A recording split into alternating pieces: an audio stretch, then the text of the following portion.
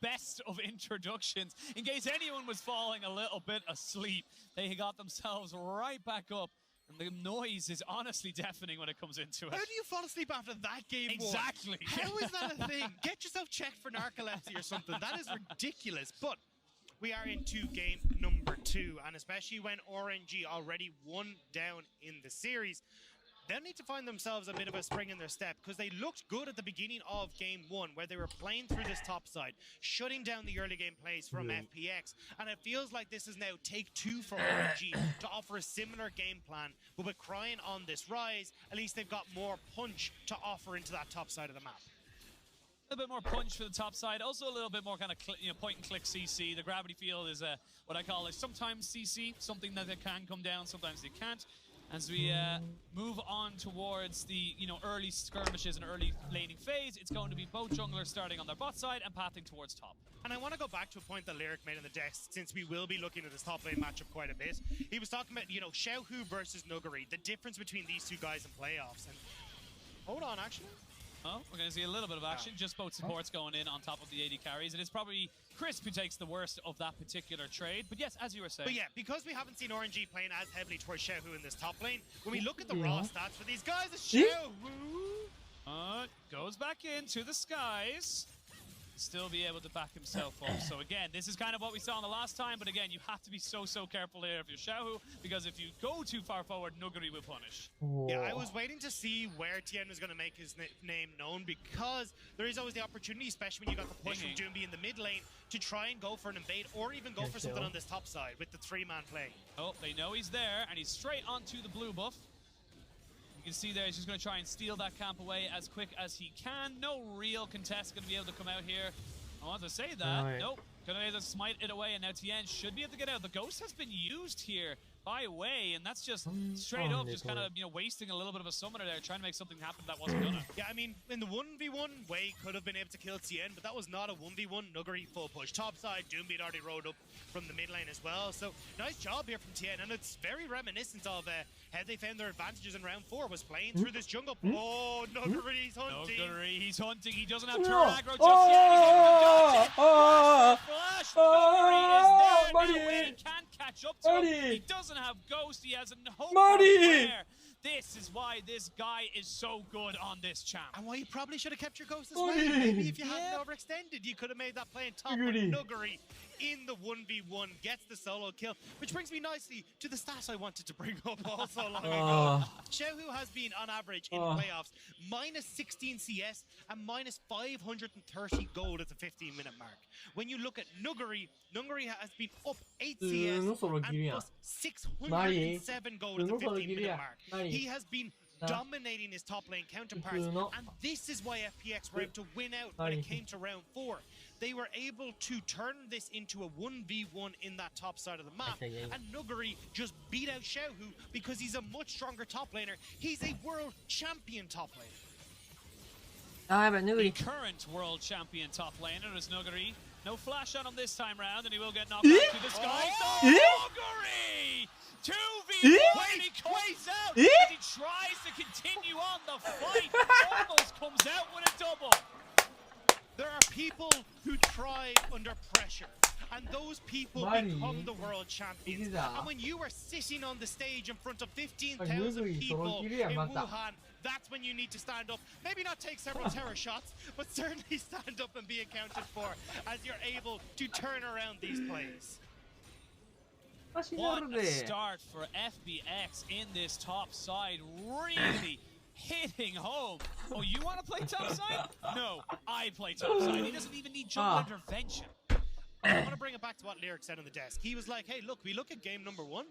The only way I really saw FPX getting a lead was Nuguri and Tien getting ahead. We just said this is a very similar composition, and Nuguri's now firmly ahead of this top lane. He is diving the tier 1 towers. He is 1v2ing in the top lane, and now you've got to bring the cavalry as RNG. Yeah, you flash forward, you try and get it on top of doing. The hook lands! and they will be able to pick up that kill. That is exactly the kind of responsibility of your RNG. And again, it's the man in the bot lane, Ming, who's able to save. Nuguri needs to back away from this. You've already got Crine here, Wei as well. Ming moving up towards top side. You can realm warp in towards this top lane with the level 6 now hit from this rise. Have the level 6 and Ming and Wei in tow. You can see the pings going down. The realm warp, you're a prophet, my friend.めっちゃコメントでかい。 They have the flawless duet to land onto 2. Nuguri, how are you going to get yourself out of this one? しんどいしんどいしんどいしんどいやめてえ乗らない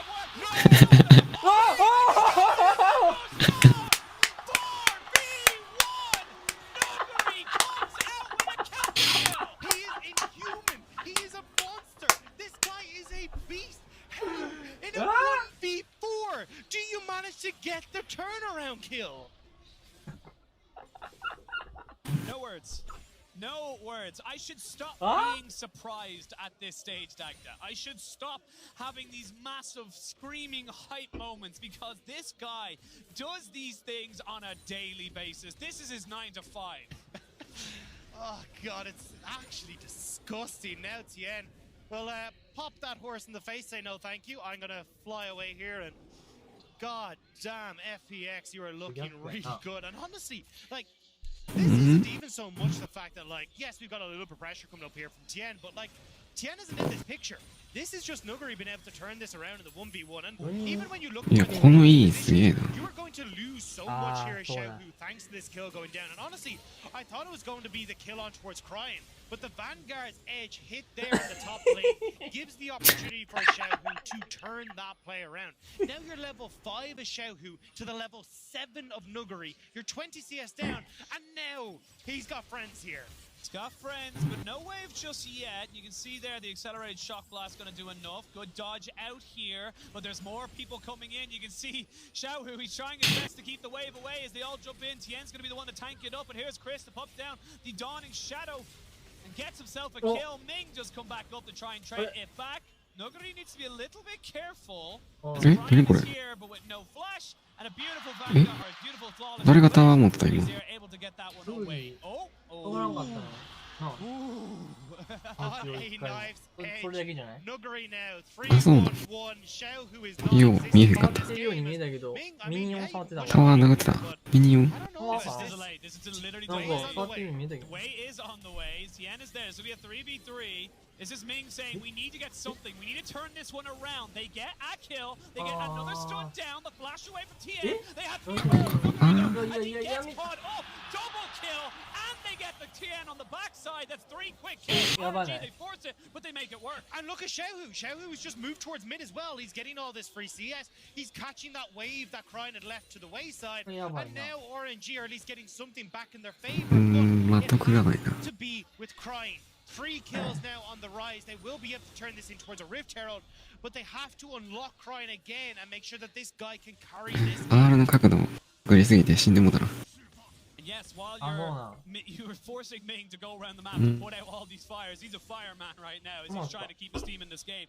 You don't really care that Gala's falling behind. Gala just R フラッシュする価値まではなかったやろうし Maybe he's relevant to think, but he's not the main carry for this composition. No, it's really not. This is the big thing here. You've got to realize that, like, as RNG, you're trying to play at range. You're trying to get creative when it comes towards these realm warps that you can use and hopefully be able to win these team fights with the front line you offer with Ming and also away on this Udyr. But the problem is that Nuguri doesn't care. I mean, even in this situation, like, you end up with a heap of return damage that's coming through from Nuguri onto Ming here. You can see how much damage he's able to churn out. He's got the healing as well. ここで農地に A されて And this would have been a kill going back if Ming hadn't had that stopwatch. That stopwatch was 左下から打ちたかったんかな and good thing for RNG fans watching at home, you're able to stop the dragon stacking as well. So we're going to actually see a little bit of a later dragon soul as well. But the big thing here is that as RNG, you kind of hope that's the case. Because honestly, Nuguri can just dive top lane at this stage. He's going to have Blade of the Rune King completed on his next back. Might even, there we go. Thank you very much, Nuguri. You can just move this in towards top side. Xiaohu is in immense amounts of pressure. And even though he has the flash, he's got to try and outplay so much coming from Nuguri. It's going to be nigh on impossible. So as RNG now, you're pretty much committed to trying to plug the hole on the top side of the map. And I don't know if you can do it, which is why FPX are like, right, well, we've got the TP advantage for Nuggery. We're just going to hard push towards these dragons and use the fact that we've gained all theyese advantages thanks to Nuggery's superb play. Ryan trying to steal away some chicken, while the top side Wei and Xiaohu just trying to get Xiaohu some gold. He's 0-4-1. Blade the Ruin King. Oh, as you can see now, an engage in the spot side. They are going to fully commit to it. The Feathers come back. The flash is away, but they got Tien underneath the tower. He takes one more shot, and it will be traded 2-for-1. It's not the cleanest of dives, but it still works out for FPX. At least you get to trade these turret plates, which is the big one. However, if you look at Wei, he held onto that Rift Herald.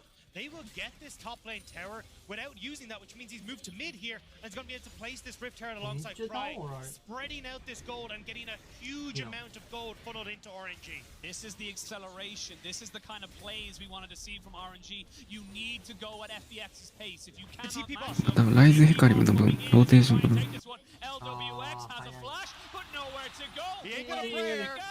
Got a prayer, ain't got a place to live, and you're gonna get sent back to the. まあまあ GS やったら To Xiaohu as well, very important to get that gold.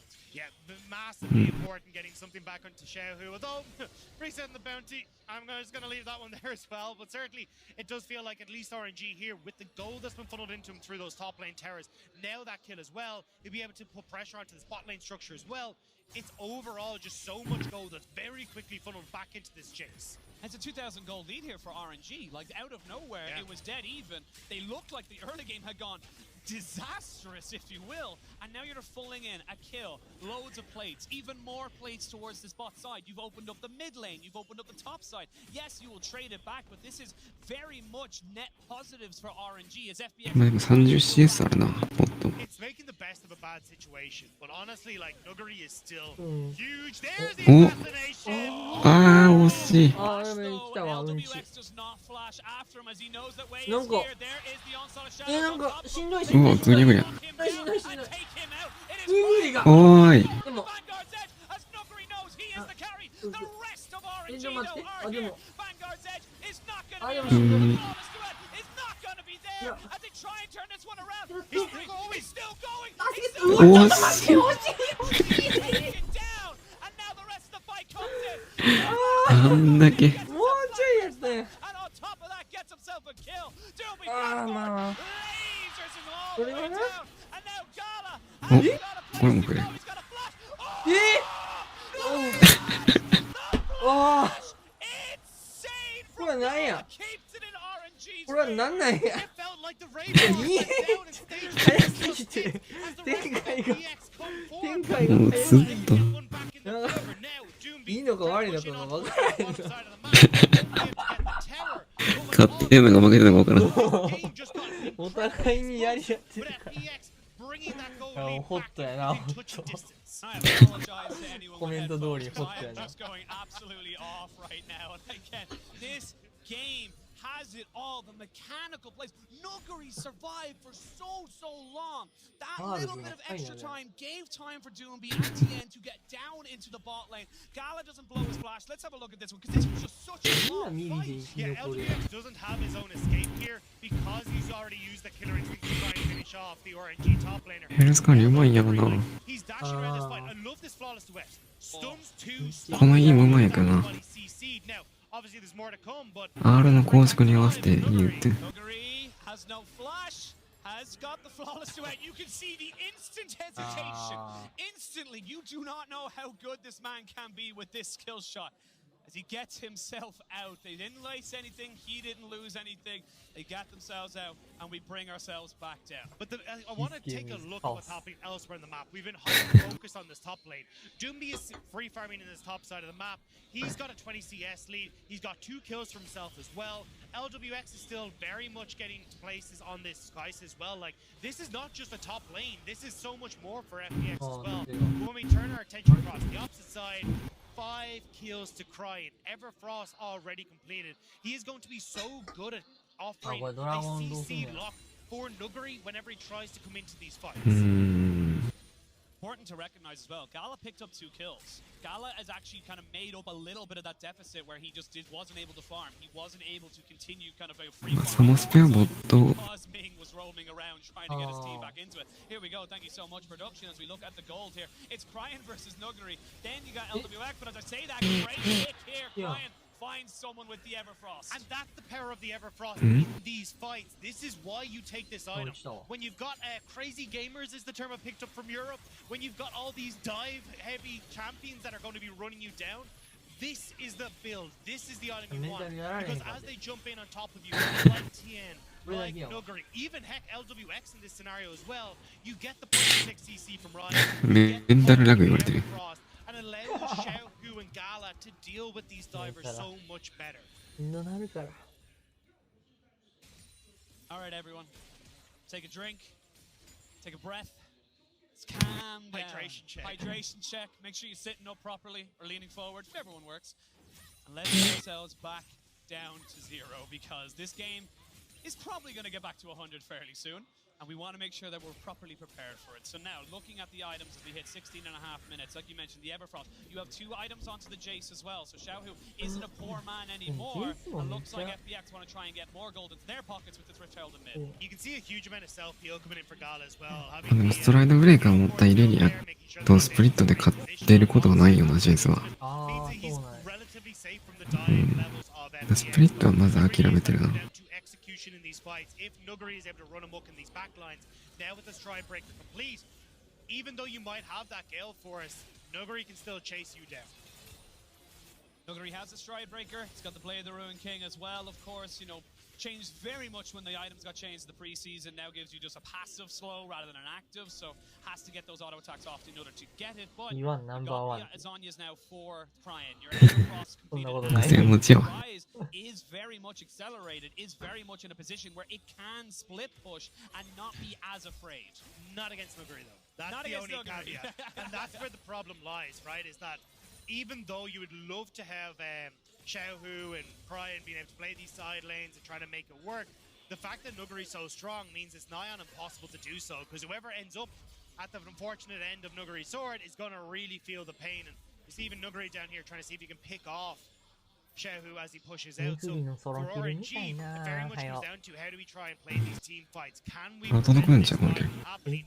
Can we shut down the CC chain from Ming, from Cryan, and allow Xiaohu and Gala to deal with them alongside Cryan? He's there, Xiaohu. Your minions are not your friends right now. They are just a vestige or a vessel, if you will, for this Nuggery Aurelia to just jump on you and kill you instantly. Goes back, picks herself up a nice tier poop boots, and RNG trying to see if they can catch someone out. Doinby has flash available. No real vision. They're trying to wrap around mid. They're all hovering there, but it does get sniffed out as RNG will back away. And this is where we talked about the RNG. 前で止められるときついな。どっちかというと回想の方が特化しやすいけど。We go. He's not behind door number 1, Tien. He's not there anymore. Just about to get away. Smoke and mirrors right there. That was maybe a little unnecessary there from Cryan, and definitely a little risky, but gets himself out. No harm, no foul. And now we wait for 2 more minutes before this dragon. I kind of like the head まあなくなった場合、 got that dragon in 2. 当たらんかった場合、リスクがめっちゃ高いな。He was coming across. He got Tien is there as well. It's just 2000ゲージこっちあんまないからな。 when you were in the finals of our spring split, and for both these teams it means so damn much for RNG to bring themselves back onto a throne that has long been vacated from them, and for FBX, after having a very disappointing 2020, having come off of world champions in 2019, they want to show that they are back in full force in the LPL. For this series in general, you can't go down 0-2. Then you're in best of 1 series basically for the rest of the tournament here for RNG. You have to try and equal this one up, get yourself back on equal footing, and force the kind of adaptations that we were talking about from the side of FBX. But for FBX, they've just been showing us time and time again how good they are at just setting themselves up for success. The execution is crisp, and it is generally speaking a good time for FBX fans when we move towards team fights. And I mean, this doesn't really seem like it's going to be any different, right? I mean, we've seen the execution from Nuggery on this Aurelia pick. And when it comes towards his ability to find flanks, having the first 3 towers down means they can pretty easily push him. バースト系が多いときはな、コレクターの方が良かったりするし。Trying to contest that as of right now. as Nuguri joins them in mid lane. Gotta be careful. The CC train, the single target CC train you can get if you get hooked into the Everfrost, the Ruin Prison, you know, Depth charge, hell, even the Feathers coming back. You have so many ways of blowing up anyone, doesn't matter how tanky or how fed they are. But you also have to respect the damage that's going to come out if you don't get that combination off quick enough. And you have to play this fight so smart as FPX, because wherever you dive on, there's so much survivability with with the Xayah we already talked about, Zhonya's for the Rise. I mean, even Xiaohu is probably the only target that you can really go for here as FPX. All summoners are available. Hook does not land. And we hold our breath evermore. See, there is the solar flare. They pop down the gravity field, but it's not really working out for them. Tien is dead. Chris next to follow. いや、微妙なレオナのルートが。 FBX, exactly what you said. They've so many ways of getting out. If you don't get the combination down, you're not getting the kill. Great Everfrost from Pride as well. Instantly locks down Tien and also locks down Chris. They've nowhere to go, and nice kind of play from RNG to just allow FBX to run into them and turn that one around. They don't even get Nuguri or Doombi into that fight. This just gives more time to the likes of Rise, the likes of the Xayah, things that do kind of need those 3 items and beyond to kind of become a massive, massive threat. But let's have a look at this one again. Bot Solar Flare and then just good CC chain. Yeah, they try to get onto Xiaohu, which is what we just talked about, right? The one guy that doesn't have that survivability, but great Everfrost from Crying. You can't really follow up when there's no one sees. Oh, what the? LWX! What happened, my son? Where did you go? What the カイサー言われた。I just said you were my favorite. He was just What hyping did you you up. do? That's just not fair. Yeah. You're not allowed to do that. Yeah, you got 1-3-2 versus a 3-1-2.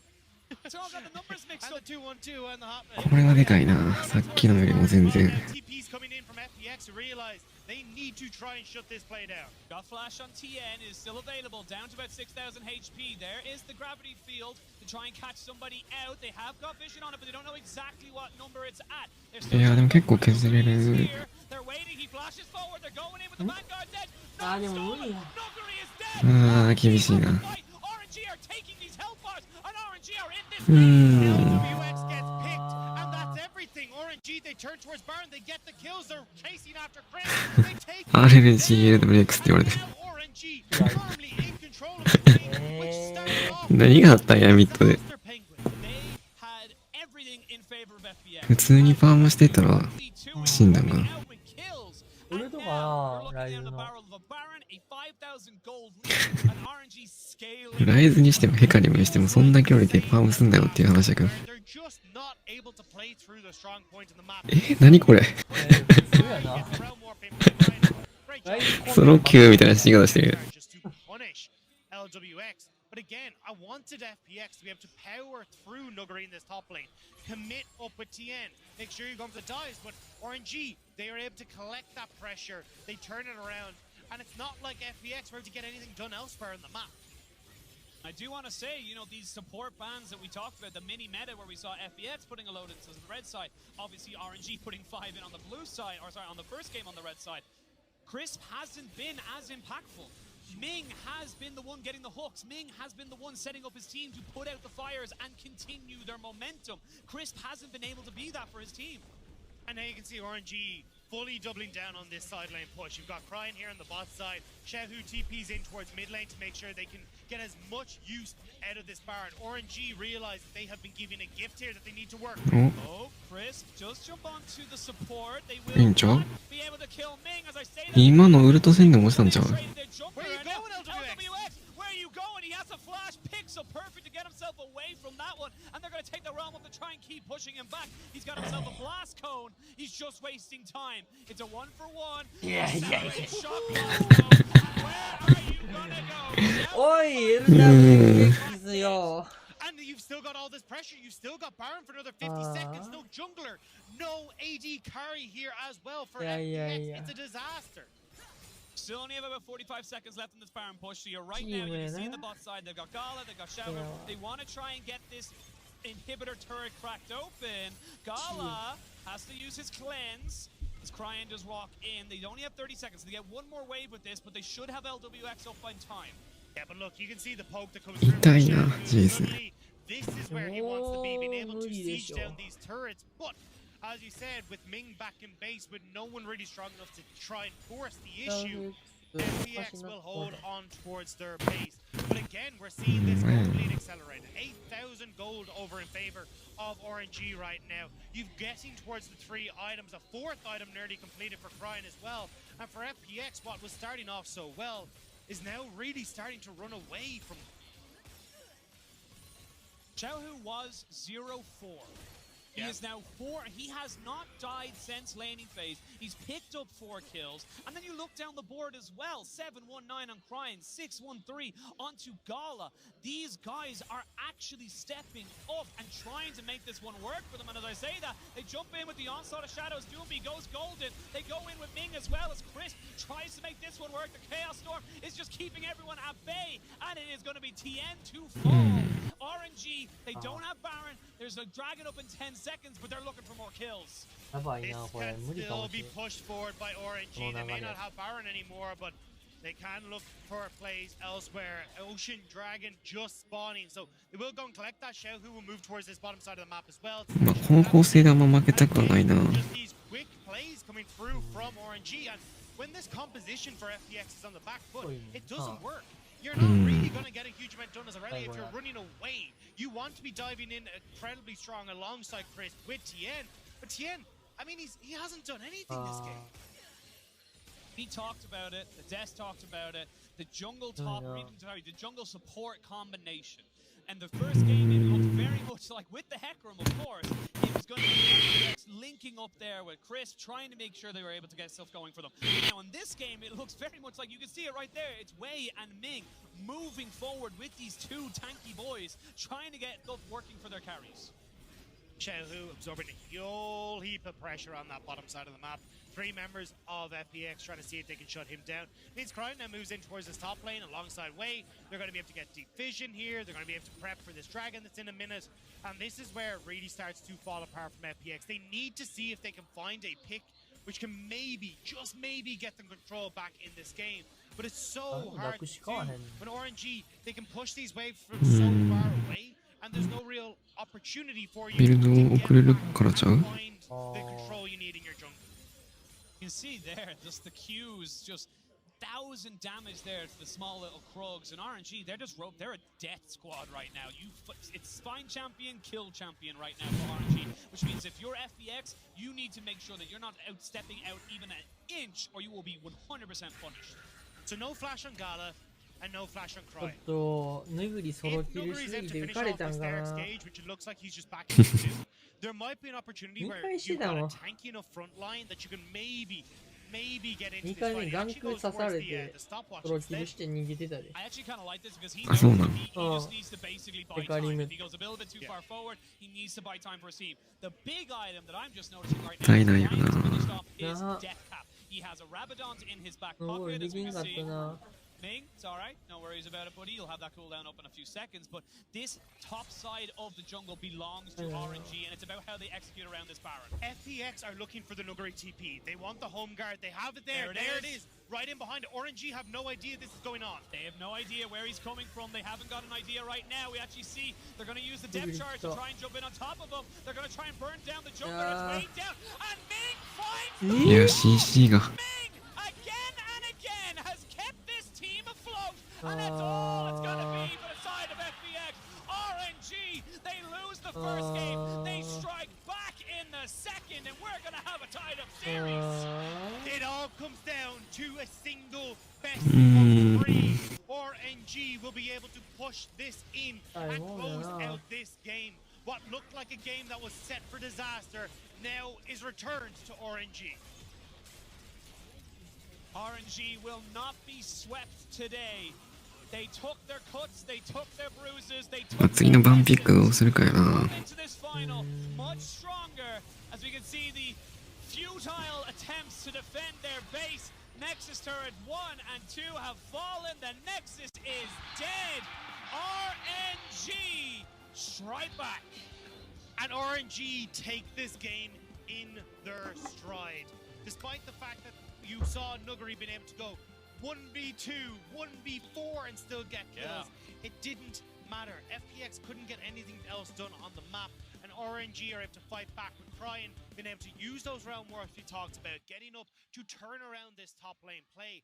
And from that situation, Cryin is a monster in this fight. The Everfrost usage was on point, his CC targeting was beautiful, and the amount of damage this guy churned out. 普通にイレリアバウンされるかもしれんの。The advantage for Nuggery. We're just going to hard commit. Turn this into a 1v1. Turret aggro just.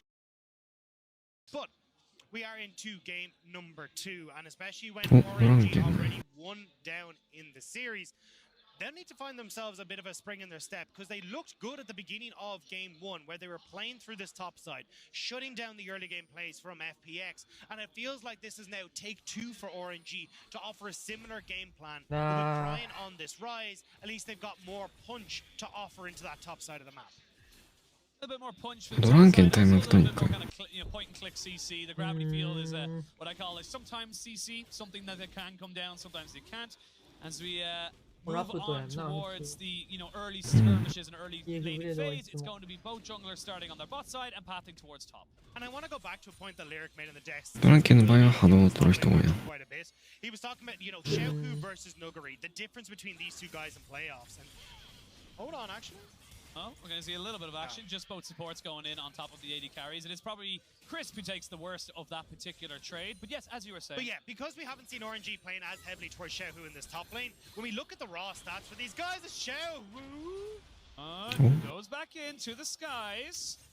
Still be able to back himself up. So again, this is kind of what we saw in the last time. But again, you have to be so careful here if you're Xiaohu, because if you go too far forward, Nuggery will punish. Yeah, I was waiting to see where Tien was going to make his name known, because there is always the opportunity, especially when you got the push from Doomby in the mid lane, to try and go for an invade or even go for something on this top side with the 3-man play. Oh, they know he's there, and he's straight onto the blue buff. You see there, he's just going to try and steal that camp away as quick as he can. No real contest going to be able to come out here. I want to say that. Nope. Gonna be able to smite it away, and now Tien should be able to get out. The ghost has been used here right away, and that's just straight up. Trying to make something happen that wasn't gonna. Yeah, I mean, in the 1v1 way, could have been able to kill Tien, but that was not a 1v1 Nuggery full push. Top side, Doombeat already rode over. ビスケットのマナ回復のタイムアウトトニックで上げてるかな。 Reminiscence of how they found their advantages in round 4 was playing through this jungle. Oh, Nuggery's hunting. あ、ちゃんと。うまいな。Q 早打たずに近づいてタワー外で Q 打つの。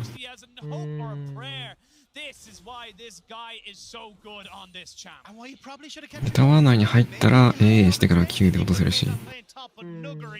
In the 1v1 gets the solo kill, which brings me nicely to the stat I wanted to bring up all so long ago. Xiaohu had 30 and playing his top lane counterparts, and this is why FPX were able to win out when it came to round 4. They were able to turn this into a 1v1 in that top side of the map, and Nuggery just beat out Xiaohu because he's a much stronger top laner. He's a world champion top laner. The current world champion top laner is Nuggery. No flash on him this time round, and he will get knocked back to the sky. Oh, Nuggery! 2v1, and he comes out as he tries to continue on the fight. Almost comes out with a double. There are people who thrive under pressure, and those people become the world champion. これ負けるのはもったいないな、ほんまに。これしてなあ。 That's when you need to stand up. Maybe not take several terror shots, but certainly stand up and be accounted for as you're able to turn around these plays. What a start for FBX in this top side.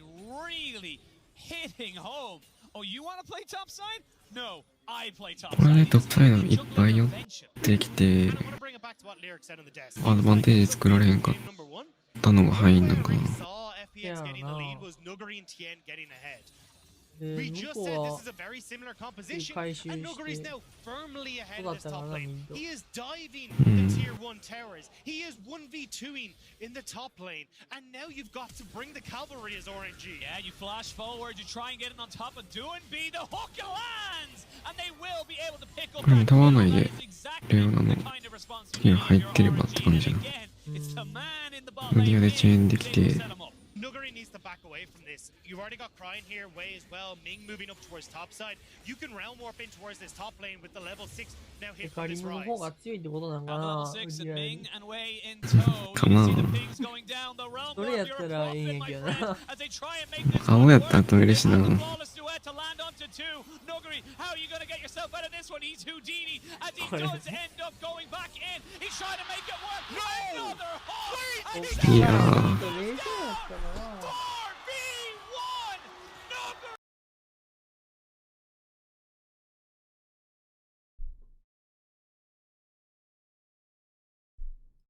The follow-up is うん。 huge! FBX have cleaned house! His exhilarating performances not only signify his own personal return, but as well as the return of FPX to true form. I think they're going to look for it. Nuguri, this is where they're going to try and kill him. He's got the unbreakable will yet again, but the whole of EDG on him. Glacial Prison doesn't matter. They're burning down the turret. FPX, fly, Phoenix, fly, as they're looking to take down EDG. Expectations be damned. Doesn't matter about first or second seed. When you're the Phoenix, you book your ticket to the grand final with one step away from MSI.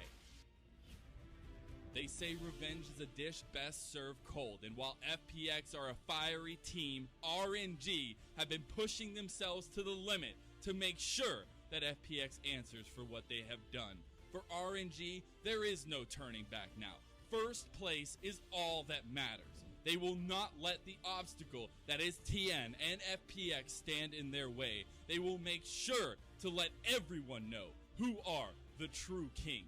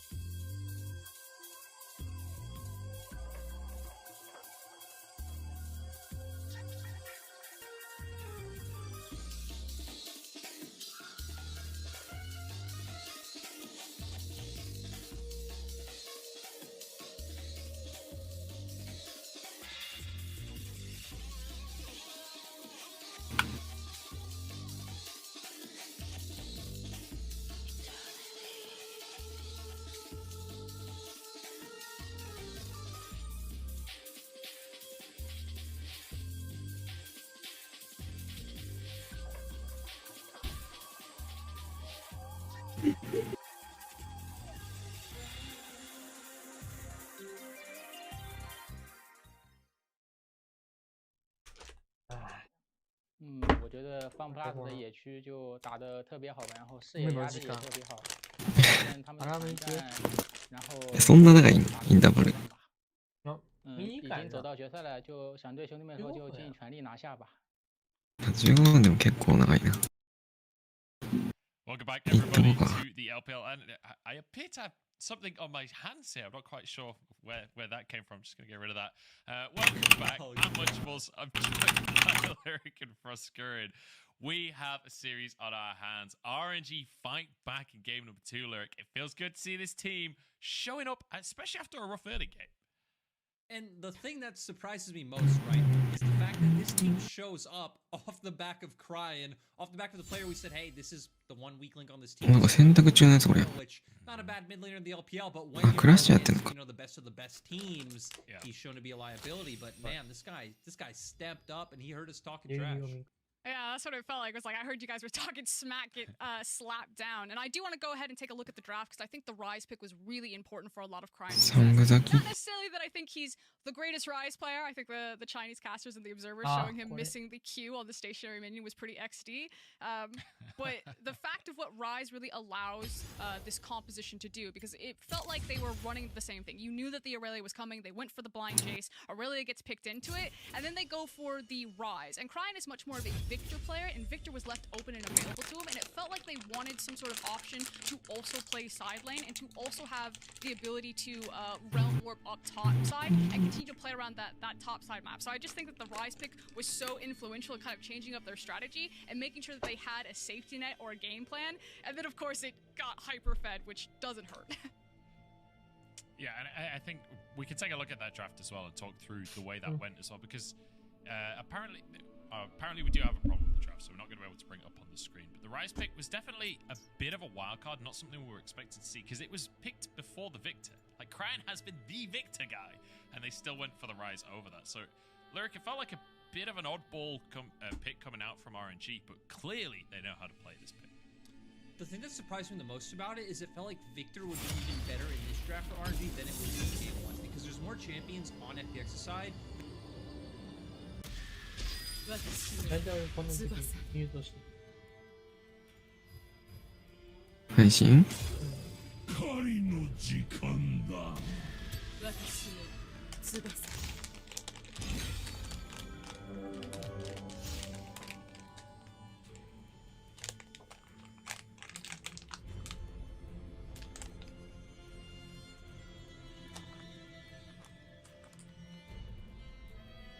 すごいバイク欲しがるやん。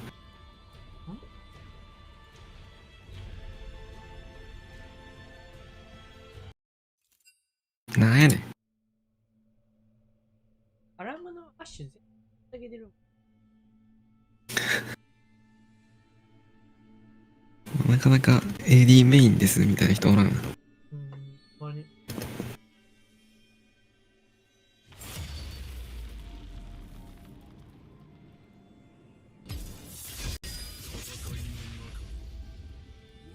リアンナや。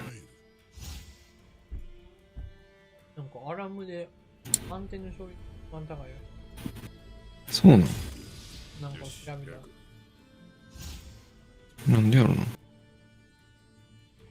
安定があるじゃん。でも集団戦そんな強いイメージないけどな。確かに。ターンの距離も短いしな。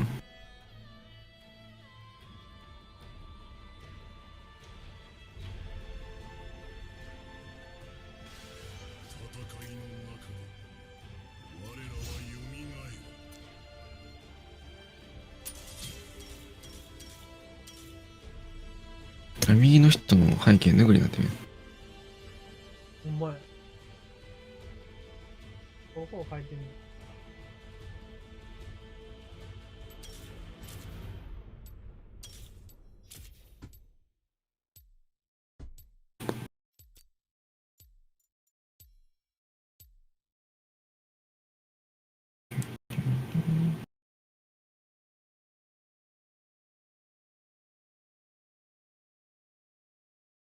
なんかワールズの時もさ、決勝の時にクラッシュやってたらしいよな。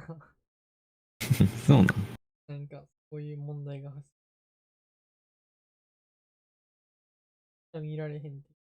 お前クラッシュのタイミング、やばいな。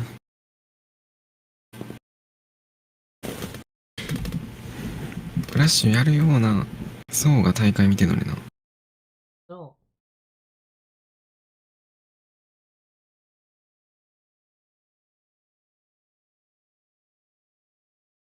いやー、孤独死多いよな。こんなんおかしいよな、プロで。もう脳を DoInB につなげばいいのに。それ悪口じゃん。それは悪口じゃん。じゃあ。考えてないからこそのあのミクロなんかもしれん。そうやな。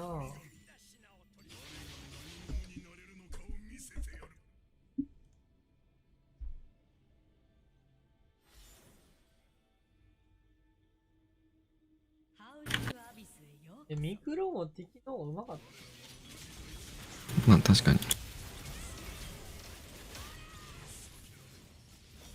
出し忘れたなり。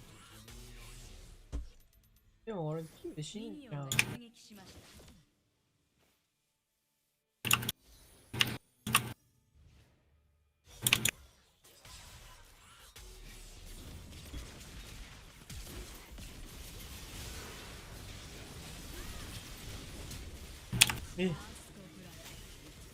それで。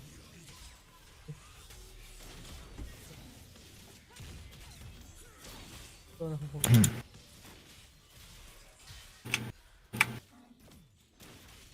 あれ俺涙かってたっけ？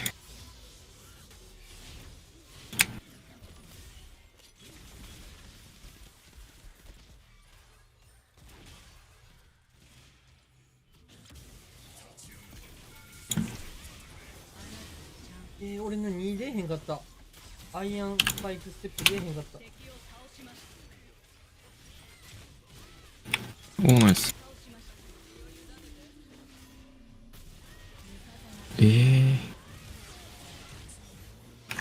涙顔。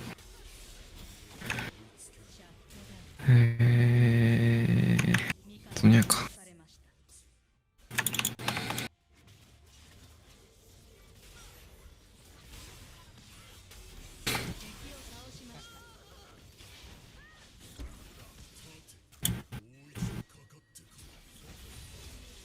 あれ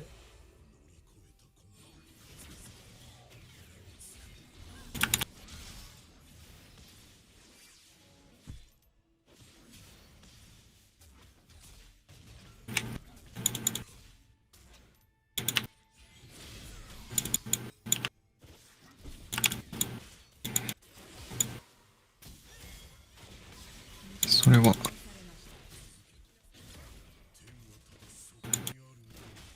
どうしたんやろ。上位レベル。マークでにさ、めっちゃ当たりやすない？W 見えへんねん。思わん。普通の。あれ何スキン？テルダメージか。そうそうそう。するないあれ。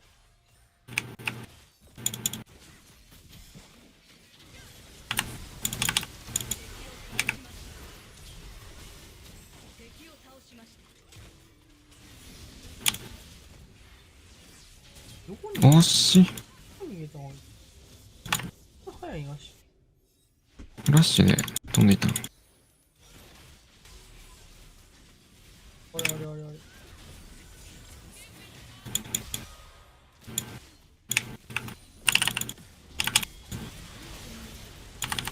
いいね今。やばい死ぬ。いやゴーストか。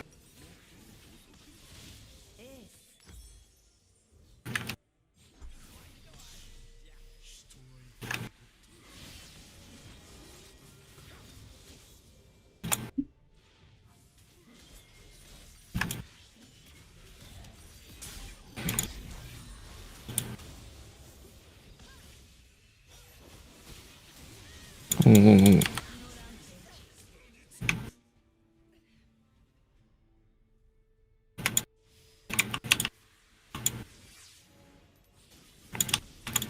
マジで。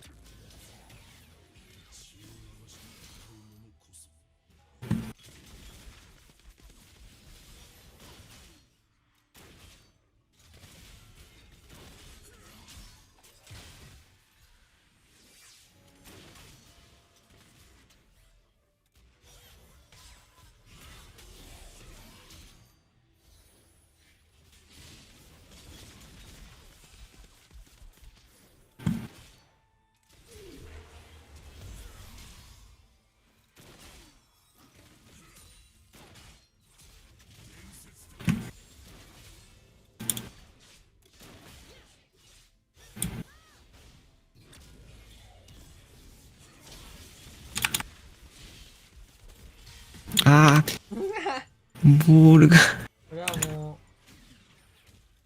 うクリコ。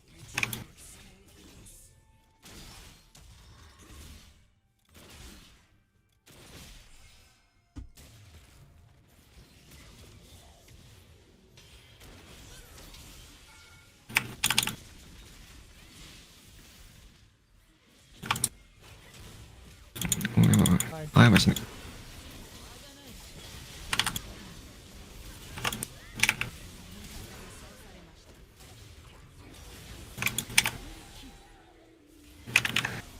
ナイトハイサーか。フラッシュ切るかどうかはちょっと。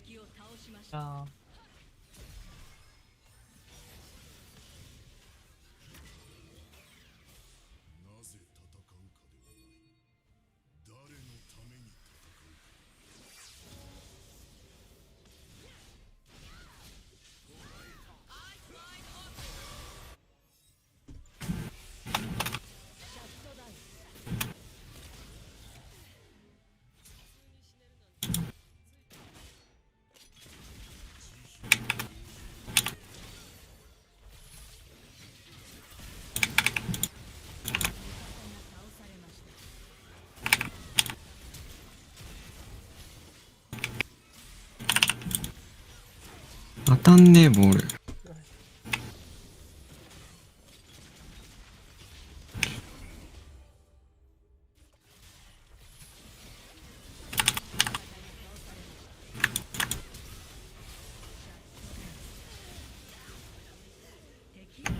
停電やろ。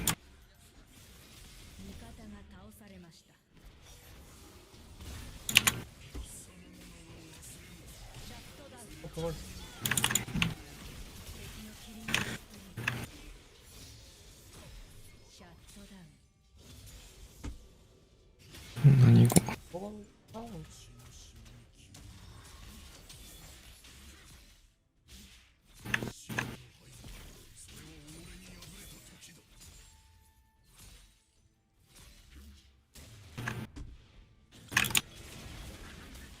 うん。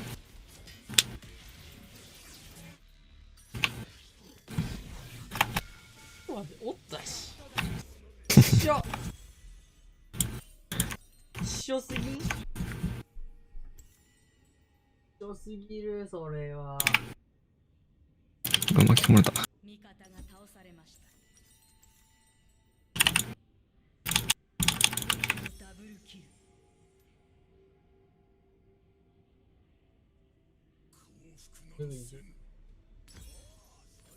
ああ、ヌグリがジェイスなのか。リリア使えなさそうやもんな。シャオフ。シャオフ、確かルシアンって言った。これめっちゃ丁寧にやらな。距離感むずいな。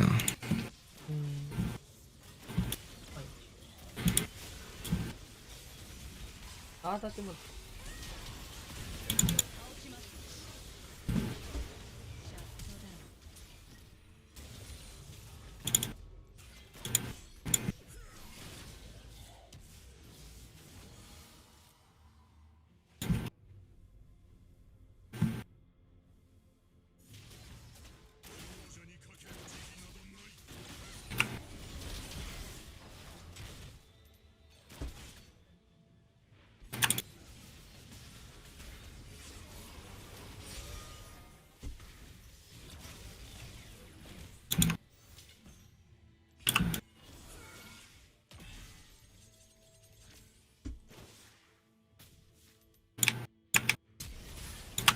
マジ。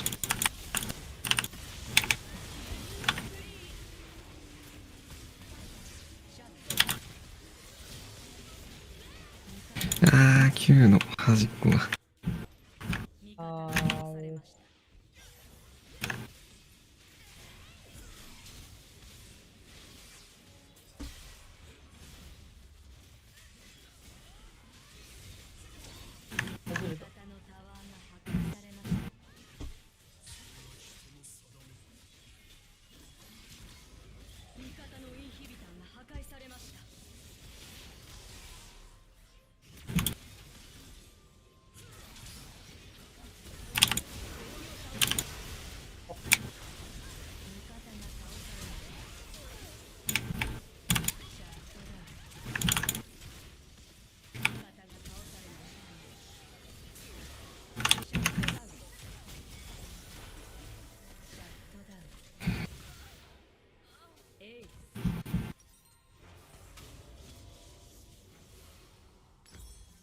お、カシオペアって間違うんか。アカリミットか。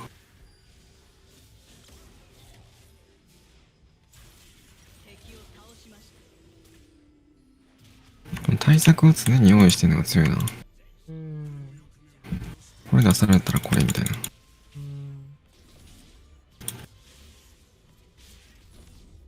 オリアね、そこキルできるってこと。せやんな。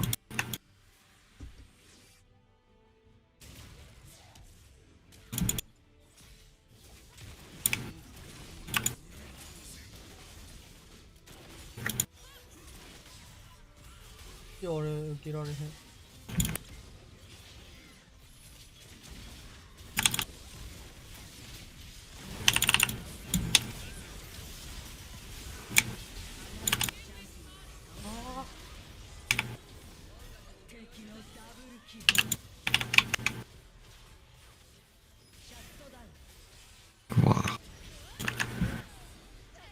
ちょっとゴリ押しが強すぎる。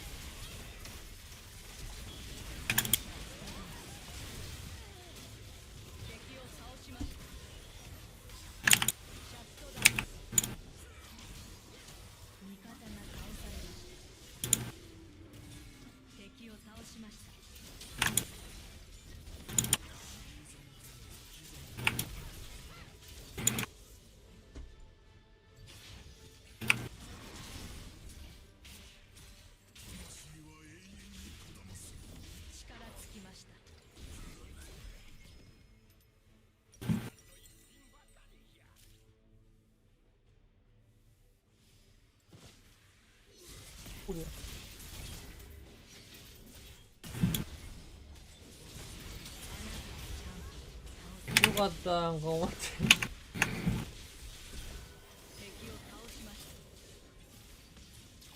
まあまあ、ダリウス落としたんでかいな。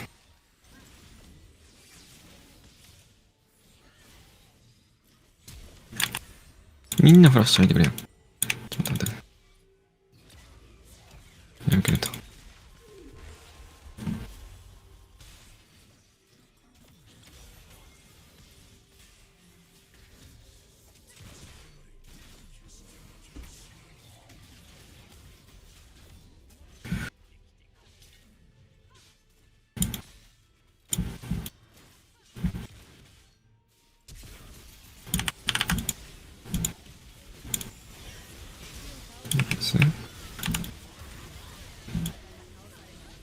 R があと2秒。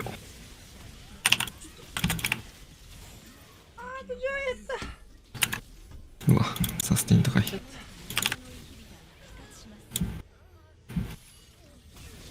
お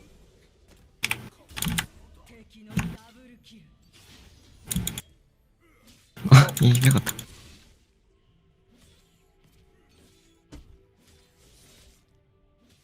何秒 ?3 秒。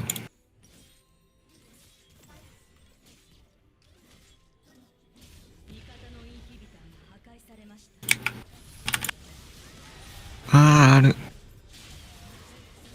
ナイスナイス。ちょうどいい。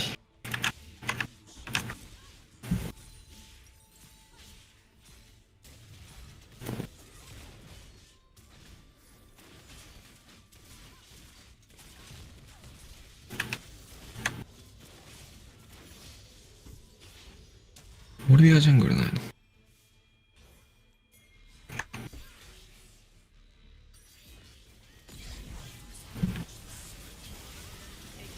ナイス。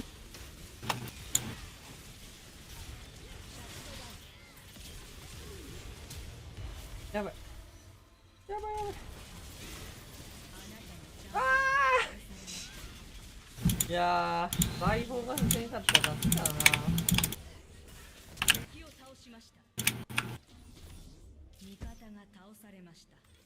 ライズ行かなあかんかった。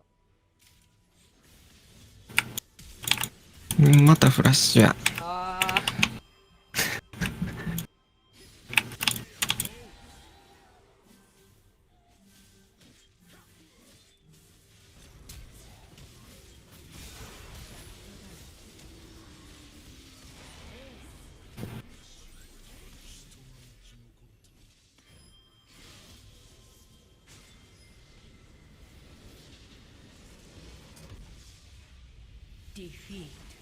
え、なんか、解散に行けるもんね。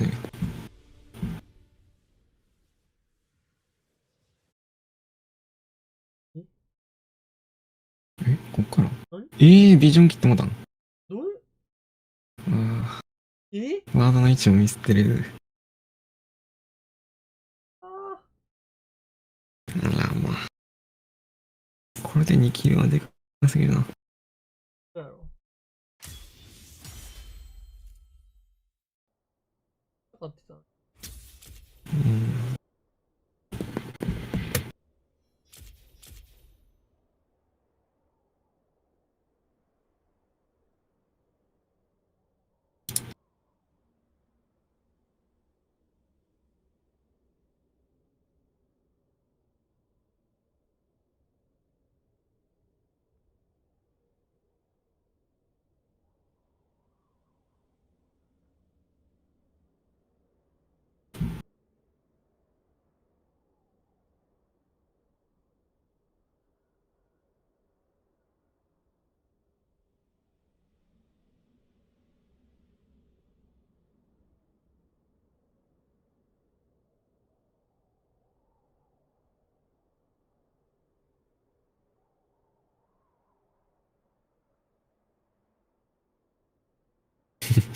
反応遅ない。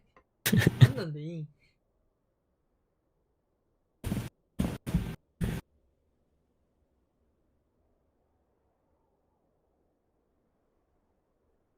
いや、ボットはもう無理やな。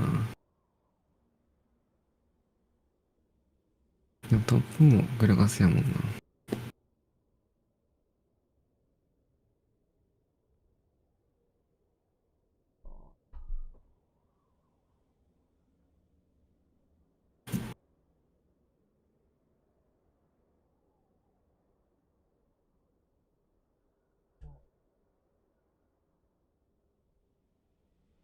なんか、一昨年のダムみたいなと思うで。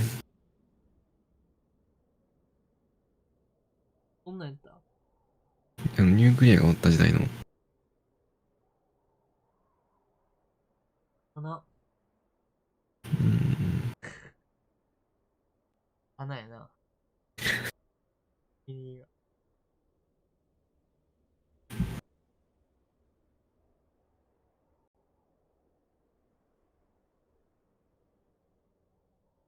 ああ、これ多分ゴーレムくれたら6やったんかな。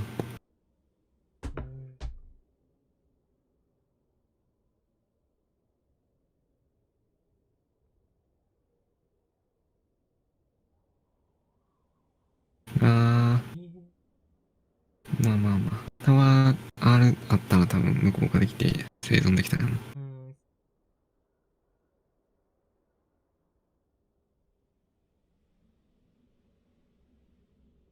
ではさ、うん。本当に咲いてたらもっともっといい。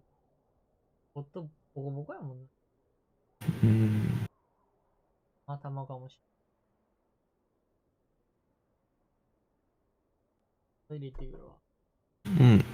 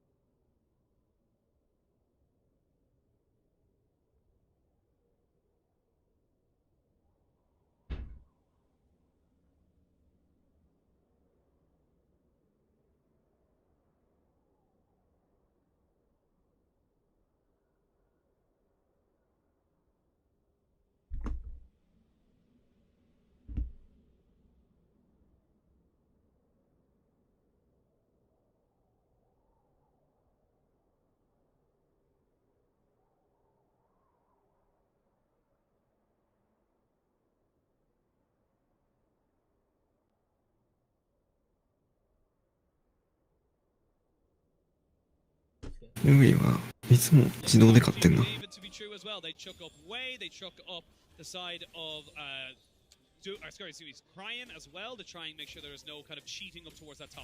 さっきドゥインビの明かりが上手くてワンチャン2キル取れそうやったけど。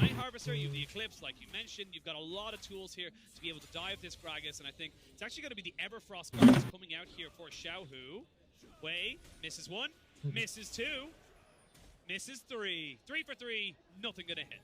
No, nothing at all. Nice ways to just kind of step around that.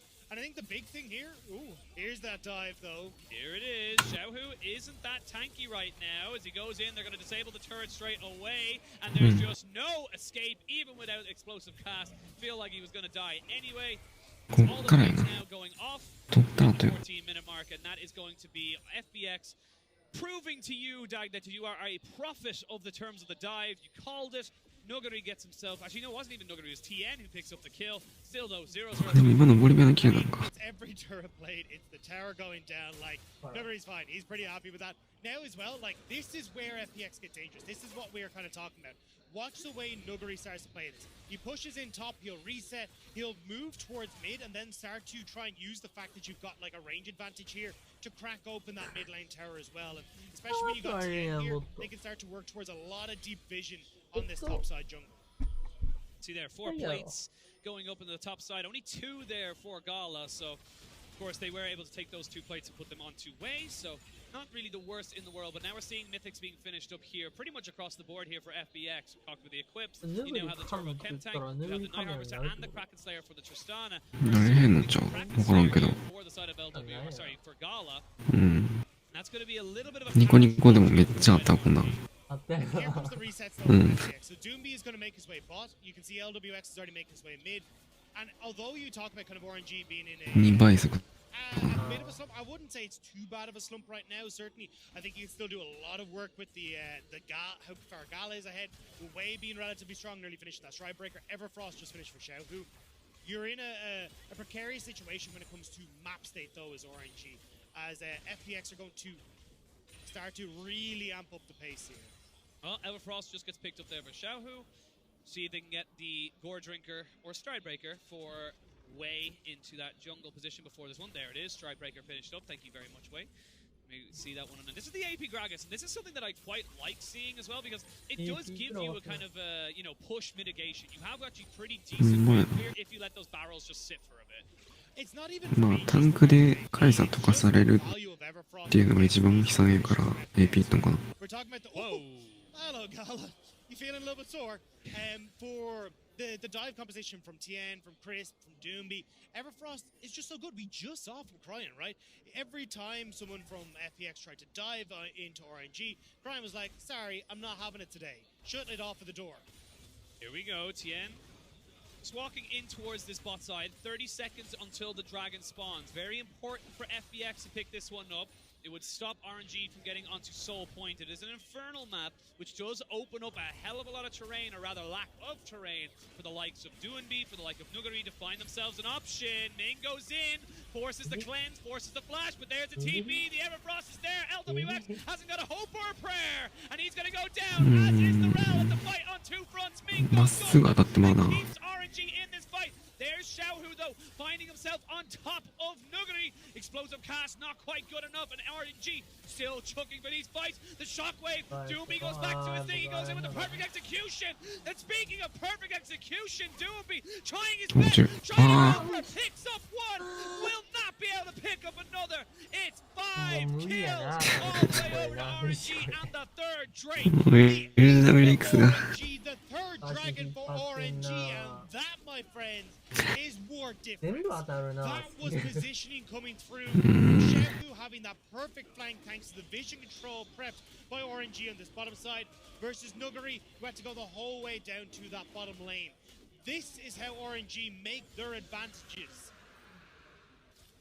You're our infernal Soul Point. You've just given over a motherload of gold as well, evenly spaced out through everyone, and you can see there 2-2-2, 0-2 as we look at this fight replay. So watch where the TPs come in. Whereas when you look towards bot side, so not only do you get this great engage from Ming, LWX has nowhere to go. He gets cut off by Xiaohu, Wei's killing Crisp in the pit, and then it's just wrangling people into the waiting hands of Xiaohu. Now, Nuguri tries to turn this around, but he just doesn't have enough, especially when he knows the rest of RNG are coming. Gala gets arranged for the killer instinct, and at this stage, it's just outplaying FPX. As Doomby, to end that, will pick up one, but it doesn't matter.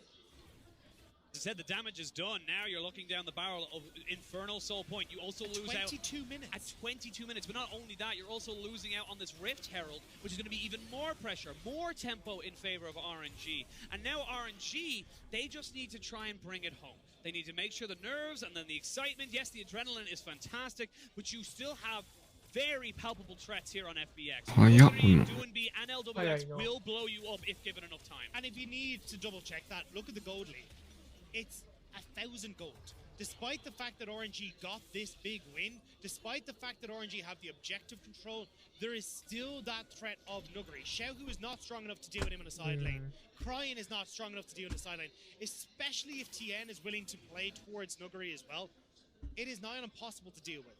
So for FPX, that's where you're hanging your hopes right now.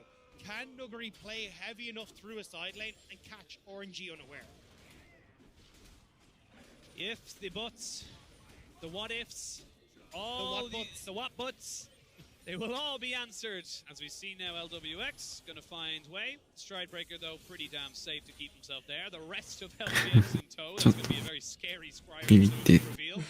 As now the focus here for FBX. You still have the side lanes pushing in their favor. They've got a little bit of a stack wave in the bot side, but RNG, they need to be careful here. And this was a play I thought we'd see FPX go for sooner, where you'd actually instead keep Doomby bot side, but just group and use the fact you've got this massive range discrepancy. But RNG never really gave him the opportunity, never get the TPs. Solar Flare! It lands, and that's going to force Doomby into an early Zhonya's. The shockwave is enough to only catch one. Olaf is dead. It's FBX turning this one around completely. But there's the Kaiser. There's one. There's two. Can Kaiser get any more? There's three. Kaiser with the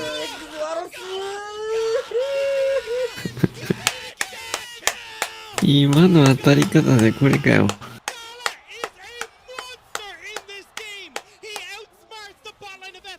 いやもうボットさえな。いやー。落ちなんな。In these games, you need to step up. There are no excuses. And Gala stepped up. This was all FBX. And it's on the goddamn Kaiser. We talked about this all damn day. This guy is so good. This is the playmaking champion that he needs. And you see here, Doomby nearly turns this fight around. Amazing play on this Akali. But Gala is positioned perfectly, flashes away from Nuguri, holds that killer instinct for so long. And once again, Chris is drive. He's been teased by Gala, but it's the Gala Penta that will sign the sweet spot for RNG. まあ最後のブリンクも良くなかったな。両のスキルがいいって思って。まあそう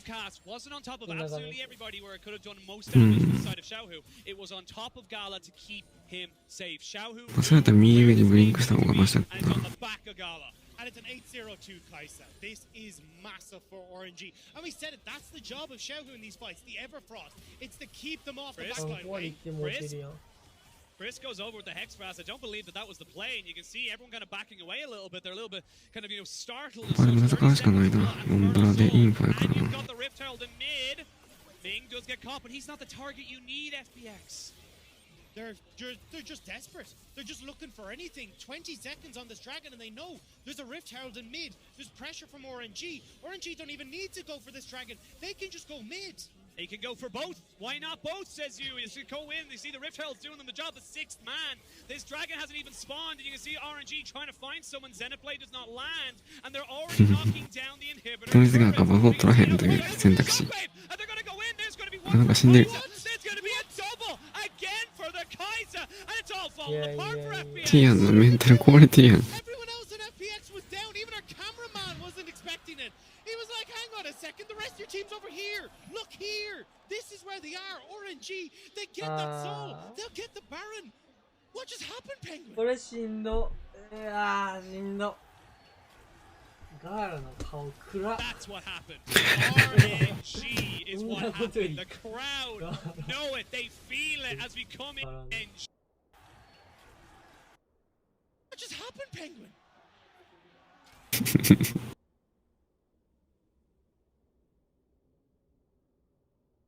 もうラストゲームで負ける直前の顔。そんなな、顔つらかったやっぱ、ペイント取れるわな。これやで、これ。LWX と同じやん。さすがに LWX にもっと落ち込んでほしかったわ。10-0人の顔じゃないな。I mean, 10 kills now for the Kai'Sa. The Collector picked up, the Ruin's Hurricane picked up, but bloody GA is on the way.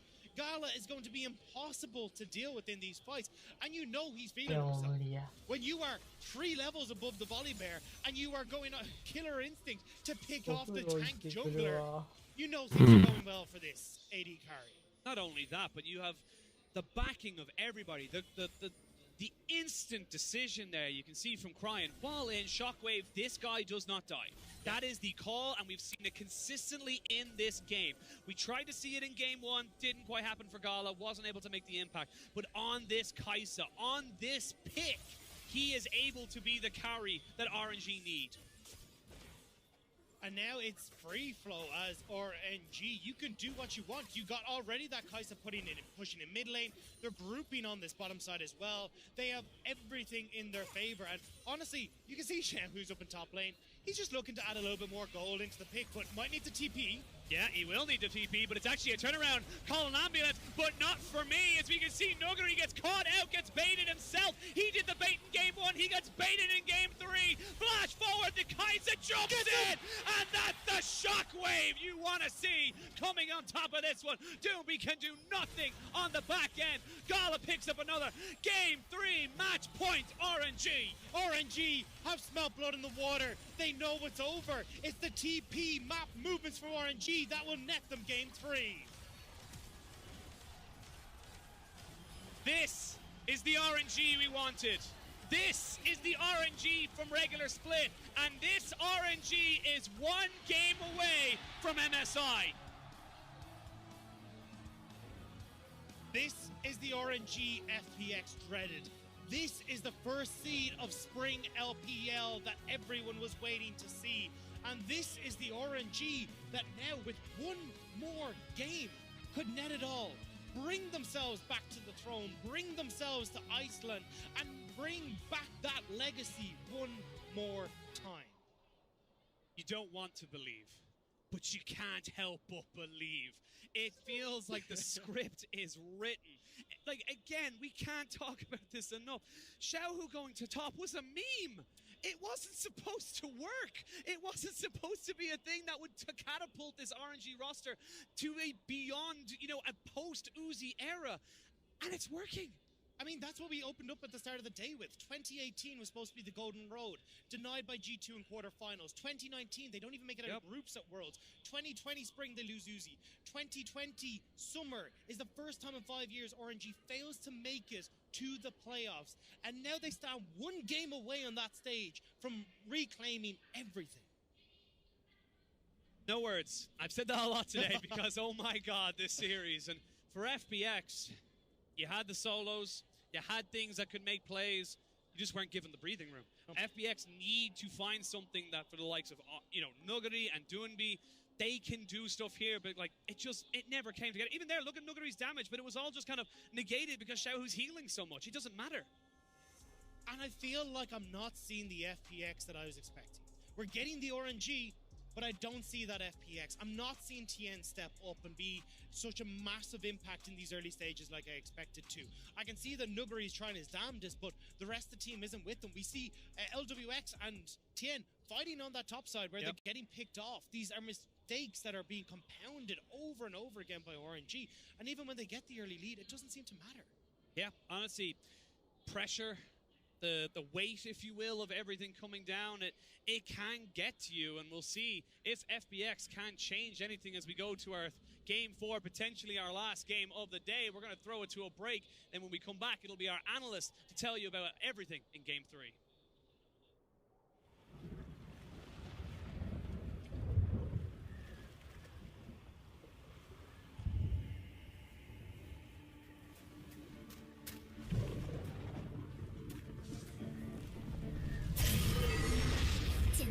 头、线团，我的主人用这些工具创造了我，我不会让他的天赋白白浪费。多么诡异又神奇的世界，我得用心维护，让它一直保持这样。还是很难相信，我可以自己活动起来。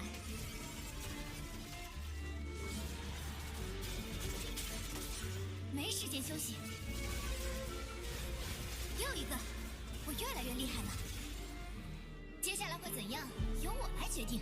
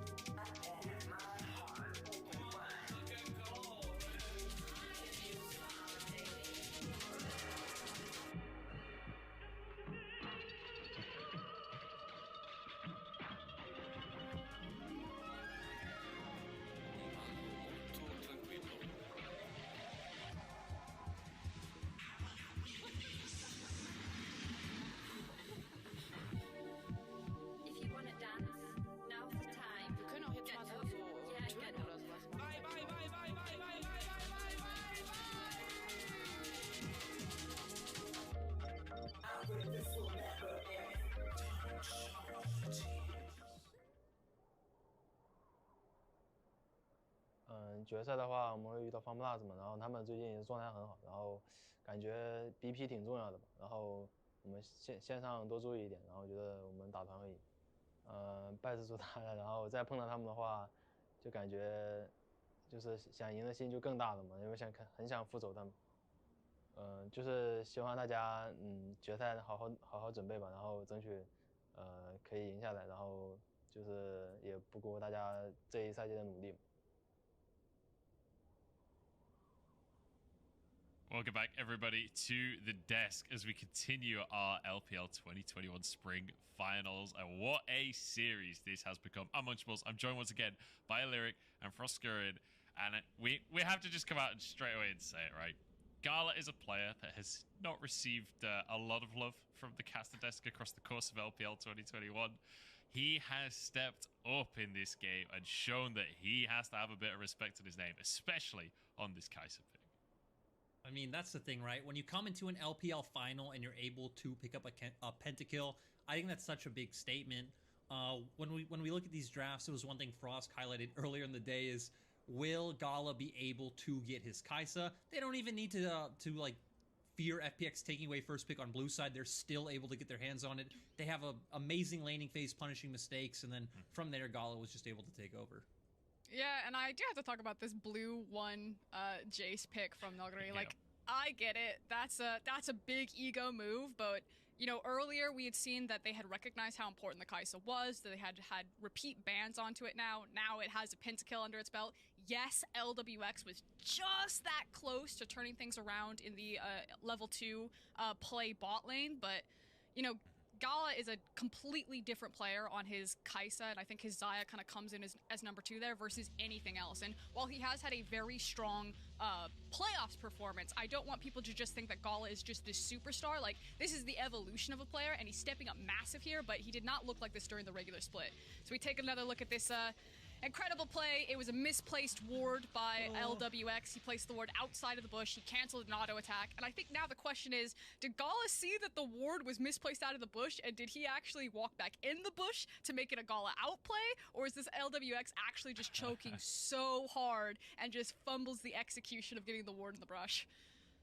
Yeah, that's the big question, and I'll let people at home go through that one in slow-mo and YouTube Vote in over chat and over now. again. And we can decide that one on Twitter after the fact, but definitely a tense moment. But I want to talk about how RNG were able to extend that lead, because it's important to remember that across this game, Dornby actually built a massive advantage for himself on the Akali as well. And then there was a fight, I think it was for the 3rd Drake in the game, where everything really exploded in favor of RNG. That's when Gala started to rack up even more kills. And it was impressive to see RNG expand this lead through the bottom lane. And this... Munch, it hurt my soul watching this for FPX because we see here they're trying to do so many different things, right? We see Tien stealing blue buff, we see Doinbeast clearing a ward in a brush, and on the opposite side it's LWX and Chris trying to poke RNG as they're walking into the choke. But they saw all of RNG on midwave. They should know they're all walking in. LWX is forced to flash out immediately, flashes right into Xiao, who gets bursted out, and RNG were just kind of handed a bit of an advantage. And when you look at these comps, to me, I actually liked FPX's a lot more coming out of draft, because when I see RNG's comp, the only way it wins is if their bottom lane snowballs. And when, you know, LWX is making mistakes at level 2 in brushes, when FPX aren't on the same page, they're all doing different things, handing RNG these teamfight wins. Again, great on RNG to capitalize. I do think we saw a lot of good mechanical plays coming out from them. We saw a lot of great coordination, but at least in this game, a lot of it felt like it was a little bit handed to them. Yeah, I think it's really important to always underline context. You know, it's always the best case scenario when you have 2 teams playing extremely well and one team just outplays the other one. But this is a situation right now where one team is playing well, RNG, and the other team is just absolutely in a clown car. Like LWX, I don't know if he didn't get any sleep last night or what it is, but this bot lane gap is huge. Ming is absolutely just tearing through them, and Gala is also being a massive beneficiary of it. So this is not the FPX in form that we kind of expected to see. And as we go into MSI, if RNG do clean up this series, I just think that context is so important, because it means that RNG are still fallible, that they can punish mistakes, but they're not really being pressured that hard. The only guy who's really under a ton of pressure is Xiao, who is getting blitzed in that top lane. All right, well let's take a moment. 次のゲーム次第じゃん。 Of FPX's ball here in this 次のゲーム次第で見てられるが決まる。 Gala his moment here. 見られへ Take んわ a look back at the で pen 負けるってこと Now, は Lyric, 今の I 試合 want と you 一 to 緒や talk us ん through this because the clip うん starts with 次 FPX 勝ちに actually 行ったら looking like they're gonna 最 win 終 the 試合 fight. 見ようかなって感じ That's の the thing, right? 感じの FPX play this well. They made out a bunch of いけられへんわ。 cooldowns. This will be a 5v3. And if they all turn onto one target, I think FPX take this. They go 3 separate ways, and this is where I really think RG's bot lane starts out playing, because we see Elgato jump in, he instantly gets stunned by Ming, and also a really nice ultimate from Gala to bring his shield out at the 犯人俺もティアンのメンタルを壊してる。 Once again gets his Q up, stuns no That's how a lot of these turnarounds have happened. It's really been a combined effort from Ming's like skill usage and target selection has been perfect, and it's given room for Gala to just mechanically outplay the side of FPX. And it's really true case that when RNG are, I can't even say even footing, because in both these like 2 snowball games, you know, it was the Rise that was way ahead of Block, and now it's the Kai'Sa that was super far ahead of Block. But coming into these team fights, if they're getting any slight advantage, they are team fighting better than FPX did. Even in the game that FPX won, where they got like a massive lead in game number 1 on the Hecarim, RNG was still team fighting better than FPX. It was simply FPX just slapping them around with their wallets and their power position at that point, and that is like でもベトナムの風吹いてるやつおるな。 いやもうしんどいよ正直 their team fighting is just not, I have to say, not crisp today. They need to clean it up. ただまあ I didn't want to say it. I was like, oh no. That's it with the fun. Let's delve into that topic a little bit here, because we're talking about how FPX haven't really showed up in the style that we want them to. So what has to change? Is it something in the draft, or is it just purely down to execution in these moments? Like, because it feels like Dawn B's playing real well. It feels like the centerpiece of the team is doing well. It feels like Nuguri is winning lane. So what else has to change here for FPX if they want to push this game? For me, バルスは確実に足らないの。 small execution moments, right? Because we looked at this game, we pulled up those first 2 clips. It's like, if that bottom lane 2v2 goes the opposite way, I actually don't think there's a way for RNG's draft to win this now. 普通にザイラのマナってこと Top lane is winning. Mid lane is a losing match. ザイラのマナってこと This is most recent patch where Akali did get a bunch of nerfs in her early game, so she's going to struggle even more in that matchup. ああ、フライティーモン使う悩んでるかな思った It's like, okay, the only way that RNG can win is through that bottom lane. And FPX also outscaled in this draft in team fights. So again, this one was more of one massive mistake. And I feel like FPX's early games overall have been solid, barring this last 2v2. A lot of their target selection in teamfights specifically has just been really good. Look at the onslaught of shadows in the earlier games coming out from Tien. バルスは持ってもいい気するけどな、クラリティ。 Going onto a lot of the tanks and the frontliners, not onto key targets, and that's where RNG is just completely running away with these targets. Yeah, I'm on board with Lyric. I don't think you have to change anything from draft. Like, obviously, I'm sure that draft will finagle a little bit, and like Kai'Sa will be banned. I do think it is execution based, and it's just sad because we were building up FPX so much that if there's one team that when it all comes together, that theory. 俺リベンジっていう NA のプロのグエンずっと見ててんけど、ずっと見ててもようわからん。これ強いんかっていう。でもなんか生存力高かったりして、で別に他のチャンピオンでよくねっていう。 And other regions like, yeah, this guy's really mechanically gifted. And LPL, that's just a given. If you're not mechanically gifted, you're not.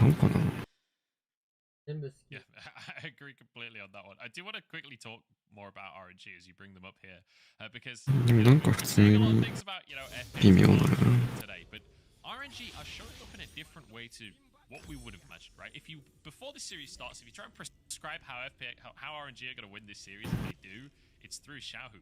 But actually, the focus in both of these wins has been on the opposite side of the map right here, Lyric. I mean, でもAモーションはめっちゃ好きやわ。 Yeah, it's absolutely meant to me again. Even though I predicted RNG, the way it's happening is going completely against how I thought it would. And I think a big factor to that, and one key shining light from RNG, who again just played out. I think Ming in these team fights, Ming in his pressure on the map, where he has done the thing where he has consistently played towards topside. Even if it's not necessarily about getting Xiaohu ahead, a lot of this series it's been about kind of getting him out of being in a hole or from being behind. But everything he's done has been on point. He's shut down the engages, he's found clutch engages himself. He's looked really good in this 2v2 lane. In the last game, we saw the thing that made the dive for FPX go so wrong in the bottom side. He had a really clutch hook that brought in Tien on the other side and made him go down the turret. So I think Ming has just been a standout performer in this series today. Alright, we'll see if Ming can continue to perform across the course of this one. RNG on match point now. I'm going to pass it back over to our casters, Dagda and Penguin, in the arena in Wuhan to take us into game. Thank you. マナは結構そうじゃない不便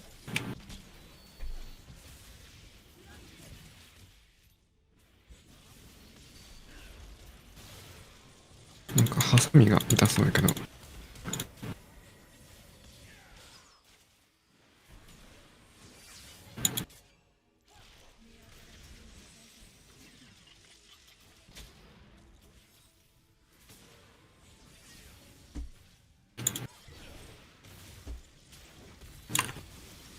払う。あ、それで画面共有切るわ。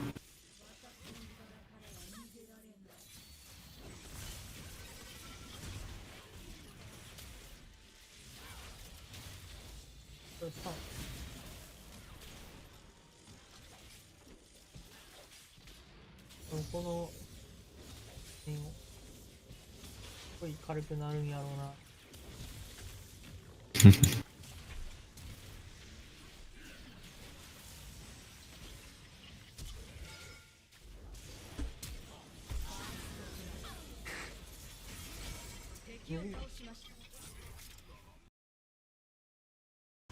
いいじゃないわ。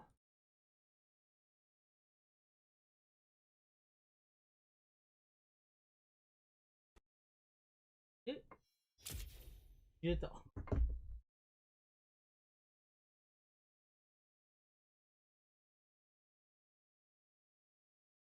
うん。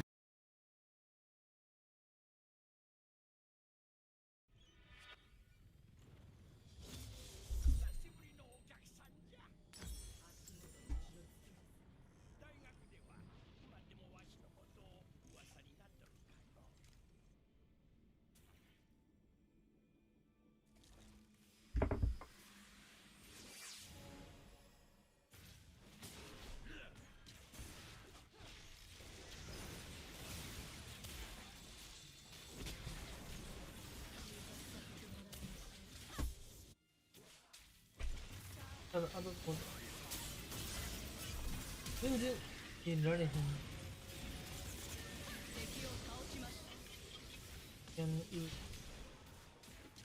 こへんもん。信じてたの。生き残るやろみたいな。でもいいやろ。レベル。なんでっていう。俺も死ぬと思った。絶対に。な。明らかに見捨ててる遅さやな。なあ。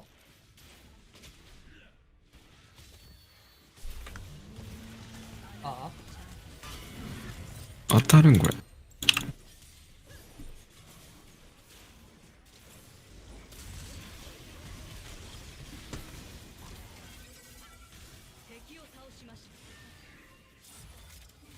特殊。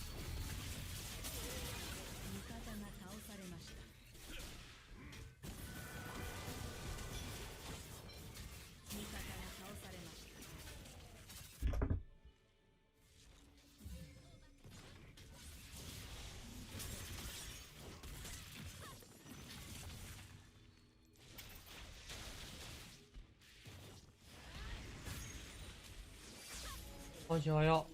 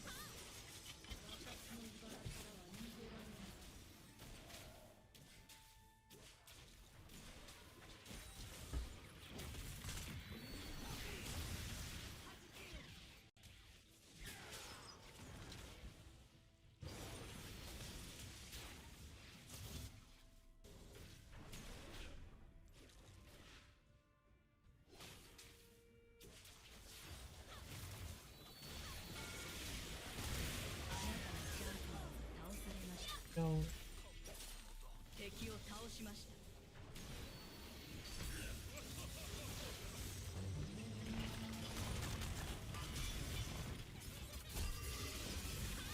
た。あ、早い R が。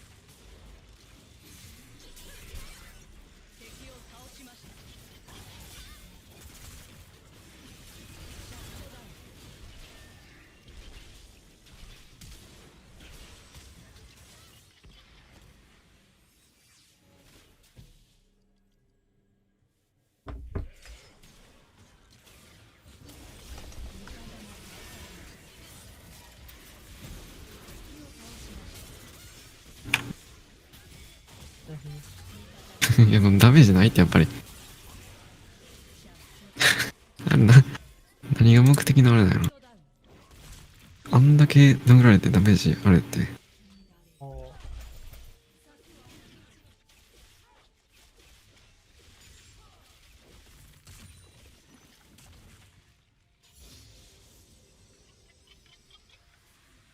R が強かったです。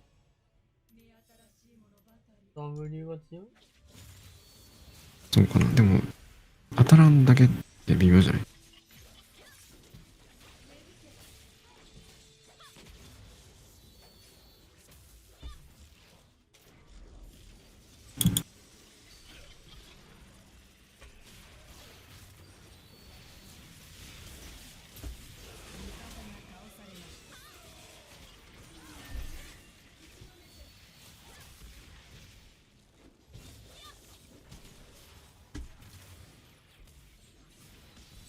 お、回復した。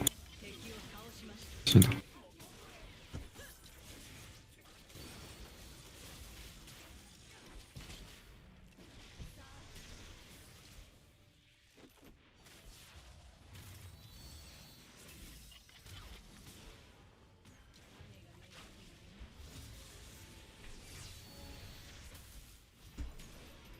よかったんやけど。どういうこと？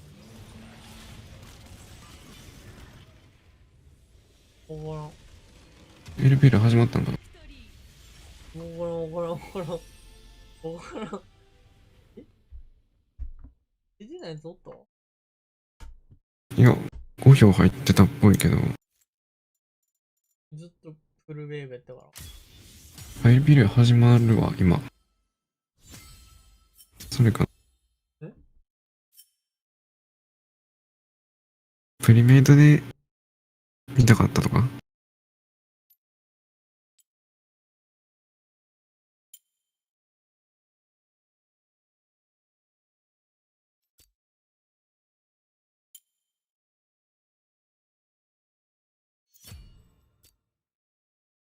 なんやろ。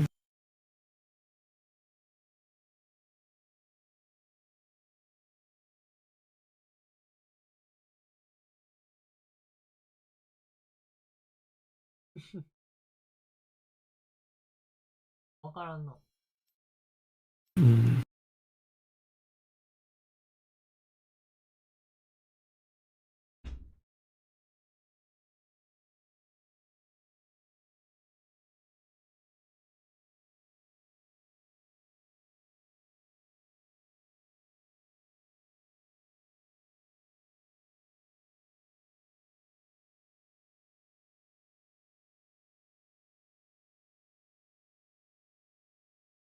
ドゥインビーライズやねんけど。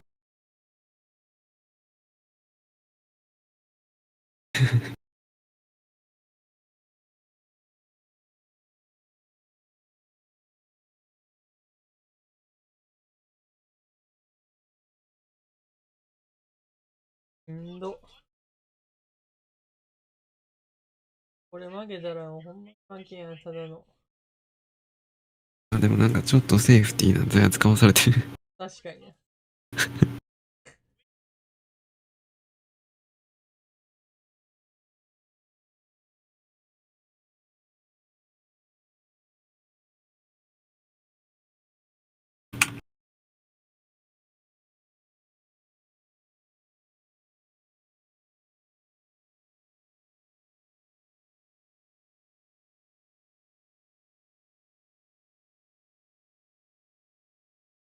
やんでも。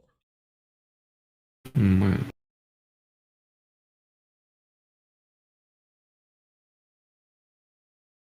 ガリオでは厳しそうや。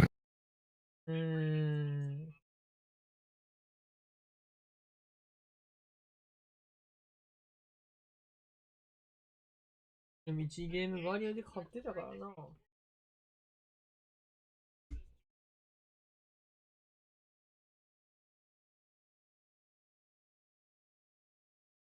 Side of the map, you are gifting over full control bot side, and when I see Tristana, I always have to remind myself how good the turret taking is from this champion. Especially like even if you look over in Europe, they're willing to put, or even at the LCS finals, where you can put that Tristana in the top lane, nullify the advantages that bot lane turret taking is supposed to have because she's so strong. So if you end up putting all your eggs in the RNG, バカンスをやったみたいなやか。it can really pay dividends here as long as Xiaohu can stay safe in the top lane. That's the key, though, isn't it? Xiaohu still needs to be relevant. Xiaohu still needs to be able to have an impact. And something with the Gragas that doesn't really need that many funds does end up lending itself to kind of saying, like you said, RNG, they're going towards the bot lane basket, as we see both supports flex. Yeah. They both just flexed, and they were just like, all right, I'll see you later. Yeah, that could have been something. That could have been. You never know. You know, keep yourself on your toes. But yeah, and like that's the thing right now is that like we saw in game 1, Gala got all the resources, wasn't able to carry. We've seen it in game 2 and 3. More so in game 3, he was definitely able to carry. So the options are there for RNG, and it's great to see because. Talk about the start of the day, Frostgurn was kind of saying, like, RNG, as of right now, from the information we had been given by them, they only really showed one style, one kind of, setup for themselves. They are proving that they have got a little bit more in the tank as they move forward throughout this finals. So I'm looking at Tien here. Doomby has just reset the TP mid. Cryin could reset and actually look to match this TP into top side to keep Xiaohu safe, but it might be too late. Might be. The flash is there. Flash is good. They are going to have to back away. Tien taking a lot of hurt here. He's going to have to run away from Wei. Flash, Bear, slap into the Phoenix, but he's getting knocked back. They're trying to keep him alive, but it's just not possible. Nuguri, トップにまで出始めた。あーやめようみんなこれ。すごいわ。負の連鎖が。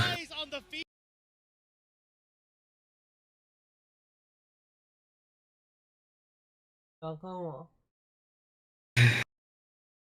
あんなイージーなダイブミスることないもんな。ああ。普通にフラッシュしたから終わってよかったんじゃない？うん。うん。まあ、キルも狙えそうやったけど、うん。なんかボットあかん分、トップできれたらな、みたいな思いが。いやな。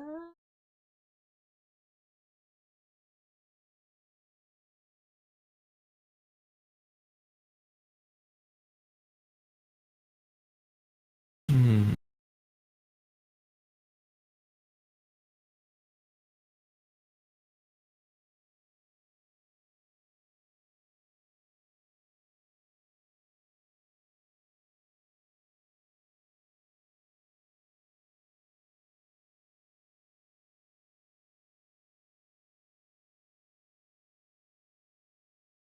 いやー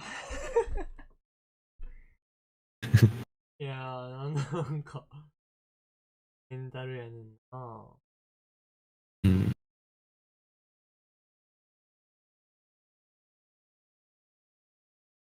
タルオブメン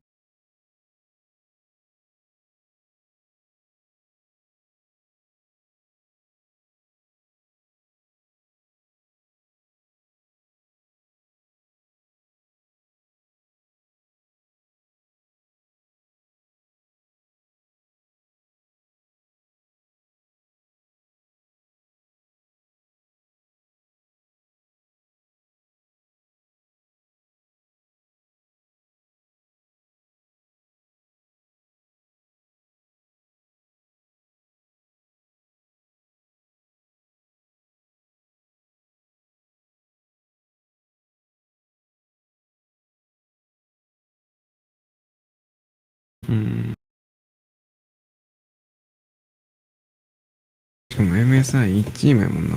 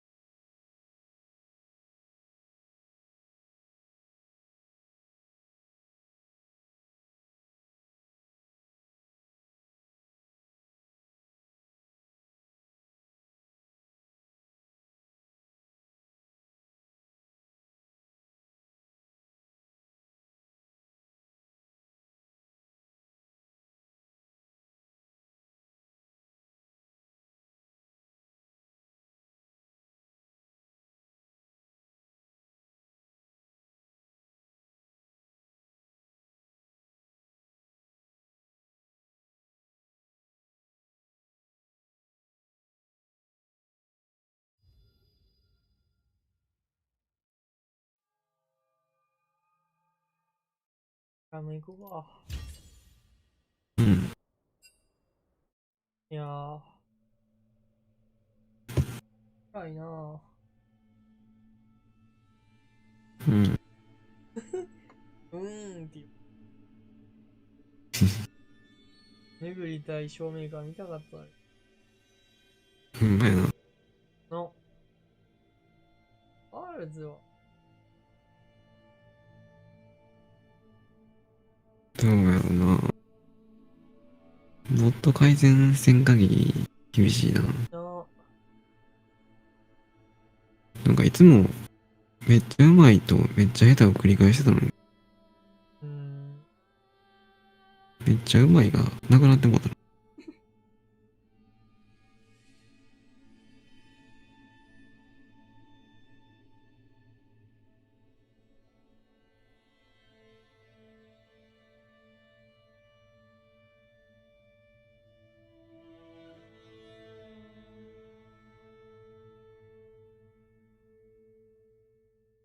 今日、9人。日曜で。そうやったな。お前な。ほんまや。こう検査行くやつおる？タイ人か。やっぱり。なのかい。動画最多やって。120人。やばいな。もう室町幕府超えてんで。もうそろそろ。もうそろそろない。わからん。歴史どうでもよすぎてわからんけど。日本史覚えてないな。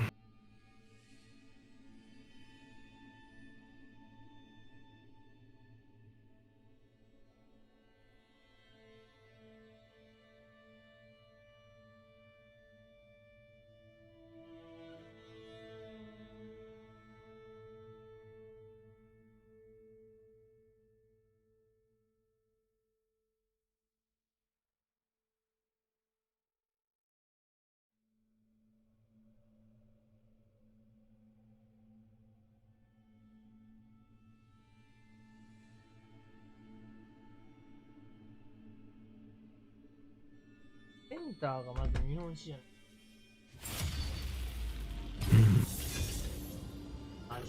狩りの時間だ。高校にね。決戦の地へいざ参る。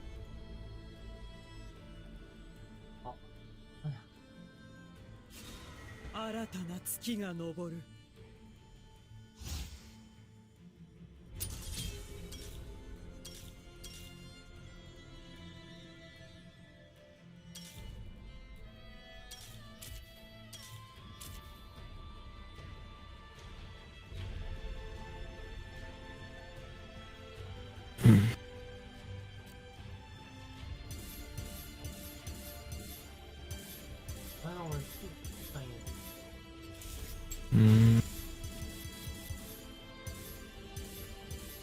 そうなん。俺もほぼほぼ使ったことないな。絶対仲良くやるもんな。せやな。ジャングルとかな。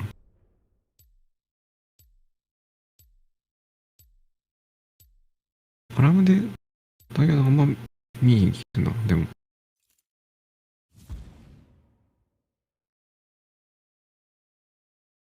使ってたっけアラムで。いや、なんかいい。ノコエゴ使って。そうやったっけ。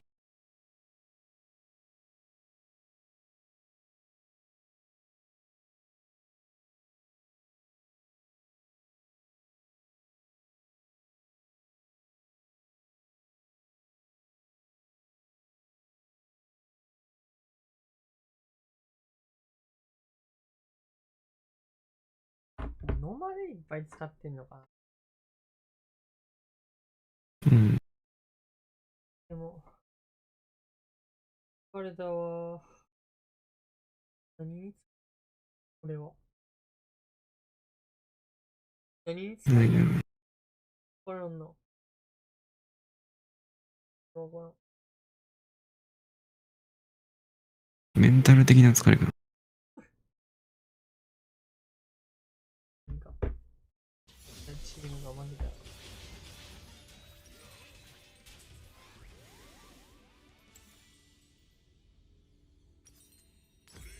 うん。今年メジャーリージョンの本命は何番だけか。RNG も1位通過か。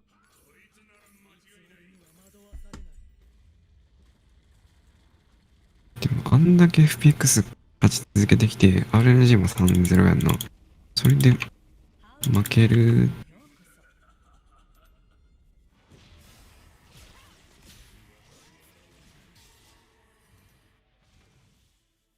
何が違うんやろな、あの 3-0 と。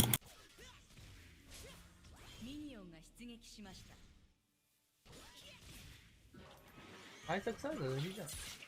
当てる。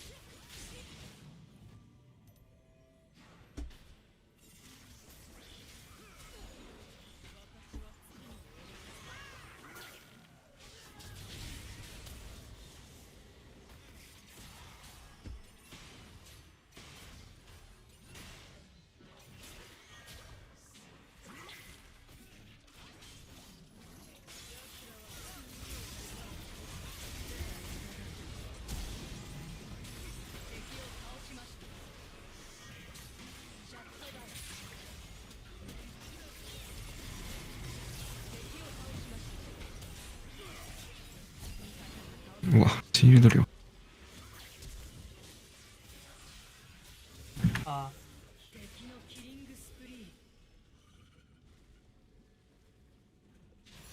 あ、俺、あとこに。やばい。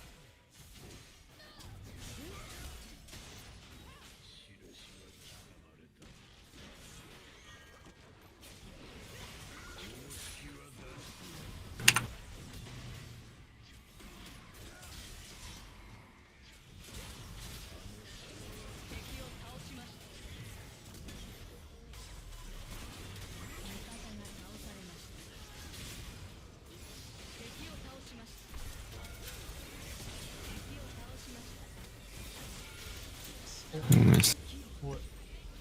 めっちゃ倒したな。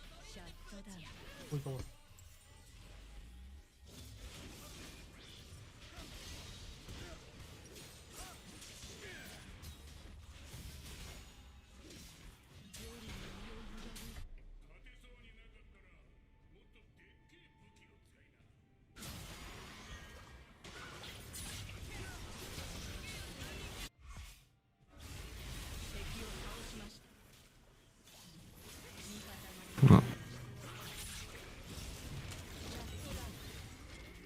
うわ、お金ちょい足らんかも。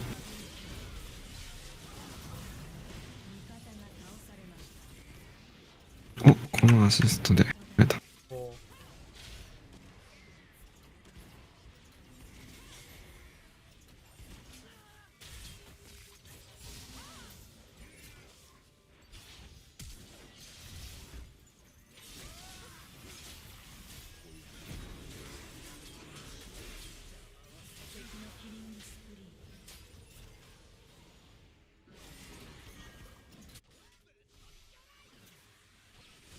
なんやねん。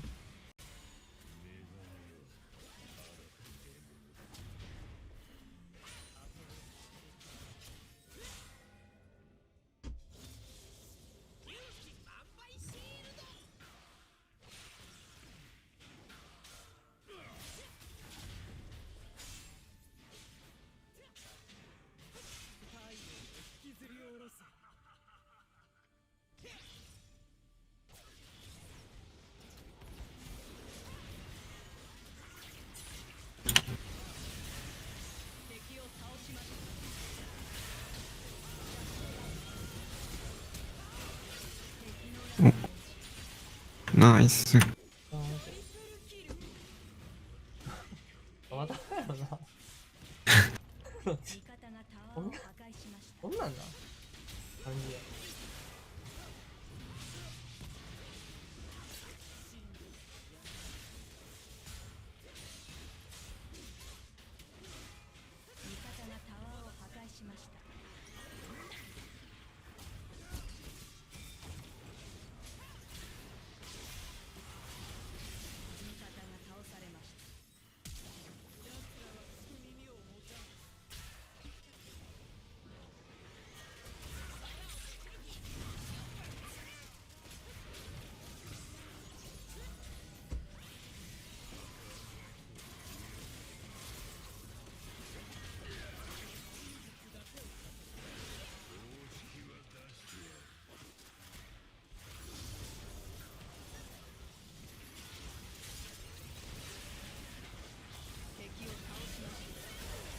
ナイス。あ、ゲージが。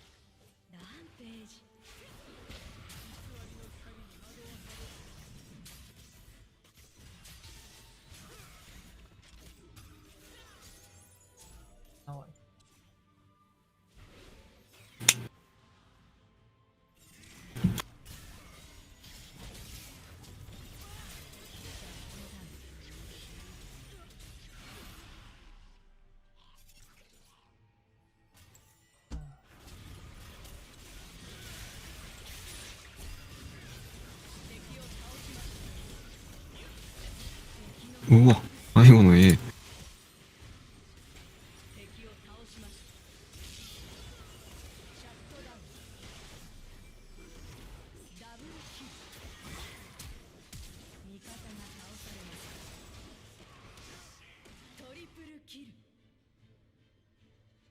シャットダウン。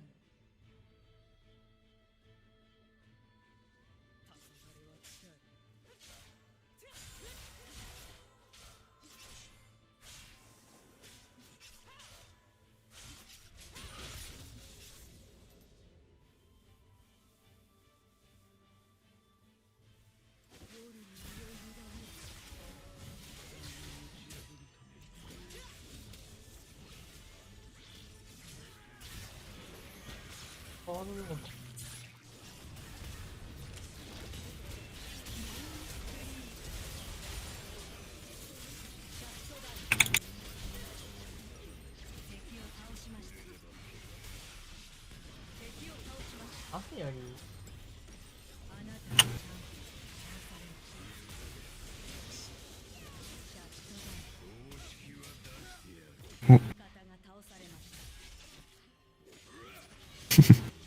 お、ああ。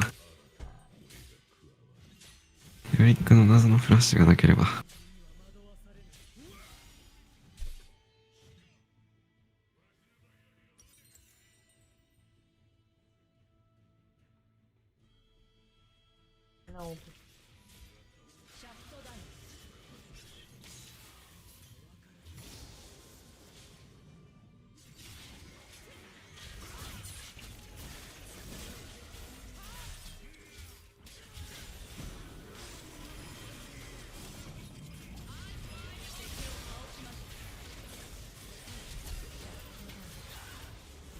ちょっと今のミス悪い前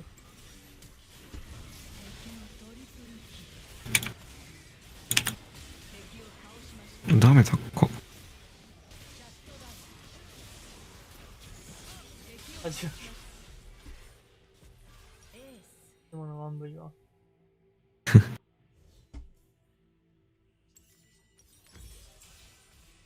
早々に完成させなあかんな。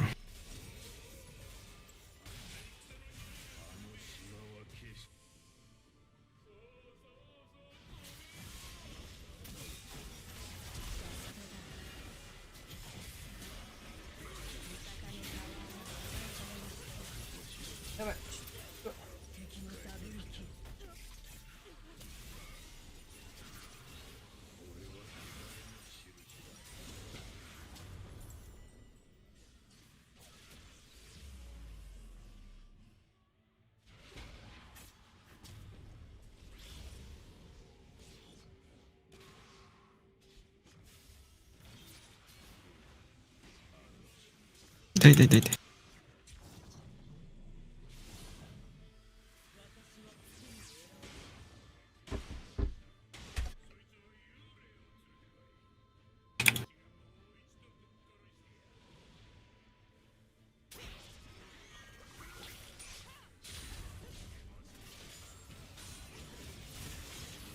あら。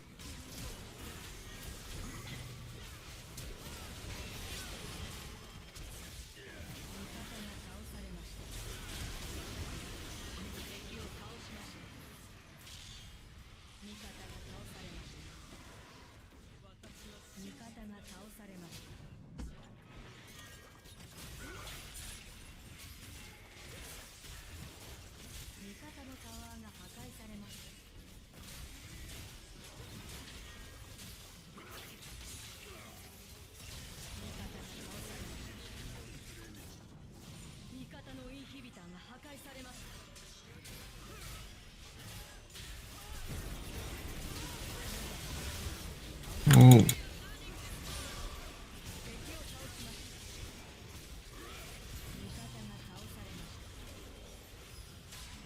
ウルト上がんねえ。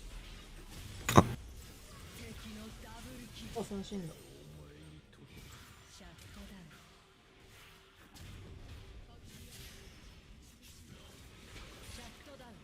あ、引っこ抜かれた。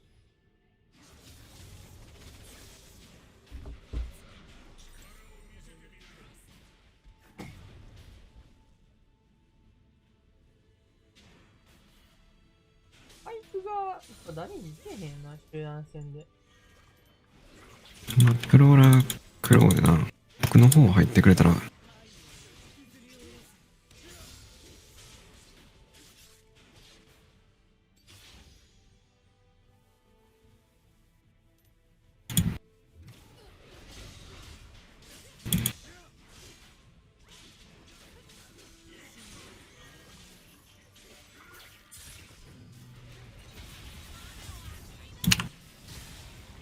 肩こいつ。ナイスナイスナイス。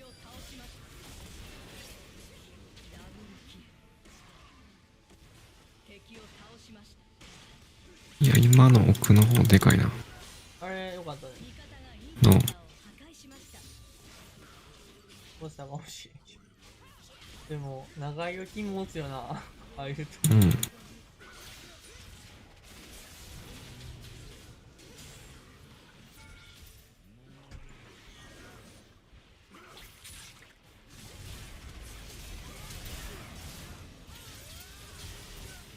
落ちた。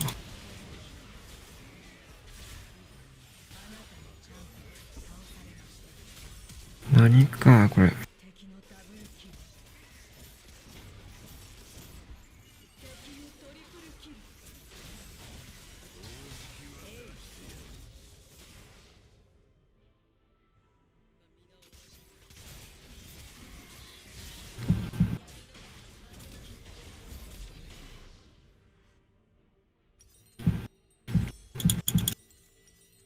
富士と俺、全部一緒やね。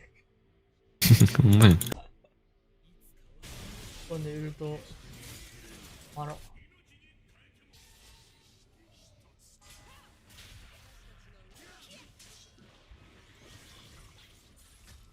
あらんな。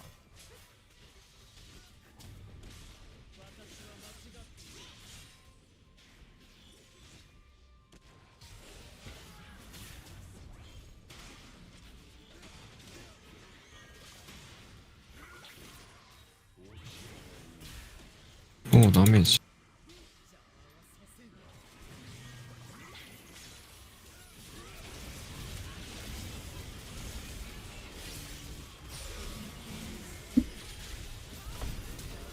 すり抜けてこられた、カーサスに。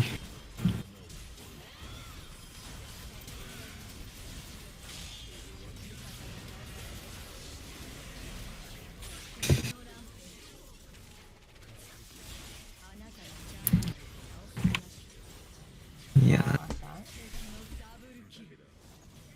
それでベイトできるかなと思ったけど。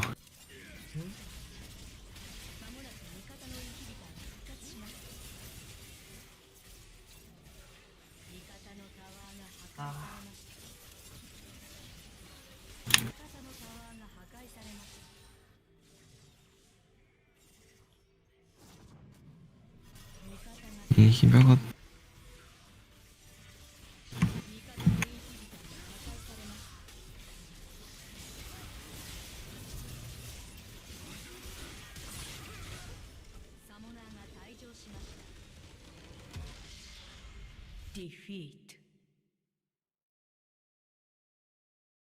さすがなせんかった。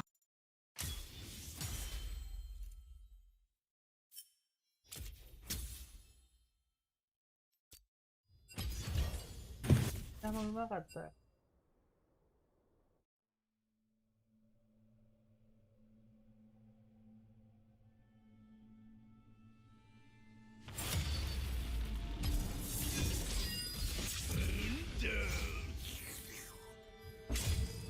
逃げ出すほどの恐怖、もっと血を流せ、もっと楽しませろ。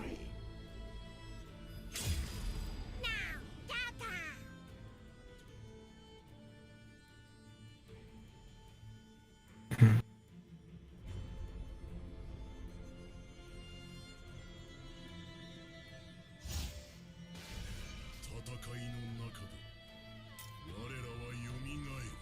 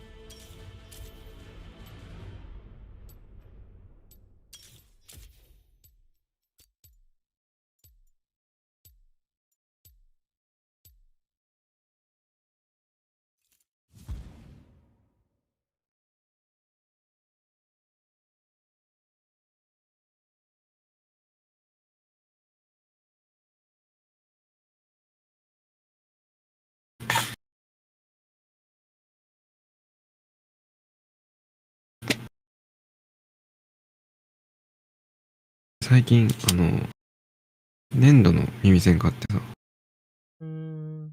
耳の形に合うってこと。そうそう、詰め込む感じなんやけど、スポンジやと耳痛なるから、だいぶいいわ。自分で形作る。なんやろ。決まってんの？ぐにゃぐにゃしてるから、穴に入れたら、どんぐらいすんの？これ700円くらいじゃんかな。使い捨てのやつが12個あって、それ日本人の耳には大きいみたいで、ちぎったらあかんって書いてあるんだけど、ちぎったらちょうどやね。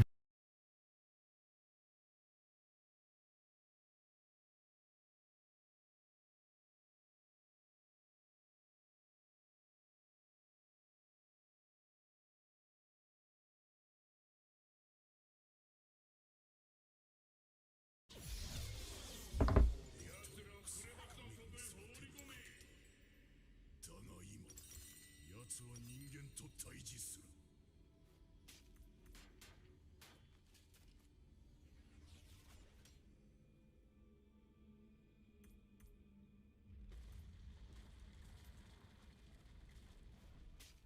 こいつなら間違いない。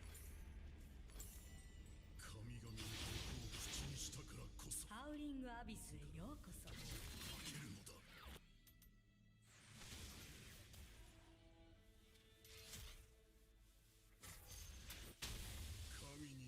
したのかもしれない。貴様はミニオンが出撃しました。我らは同じ大地に血を流す。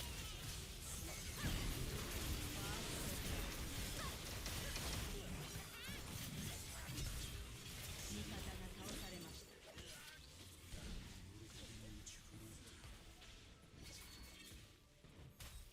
あかん、水星アッシュやった。それは切るわな。どう藤？どんな気持ち？今の当たり方悪いよ。あ、そうだね。まあ、捕まってからことになったな。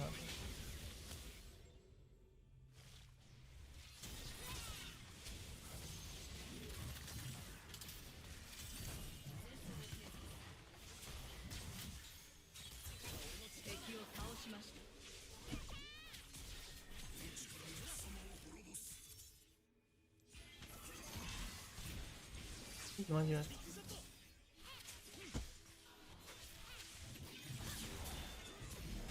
まあでも水星足が生き残れる構成ではなさそうやな。知らん。俺は知らん。どんな選んだの。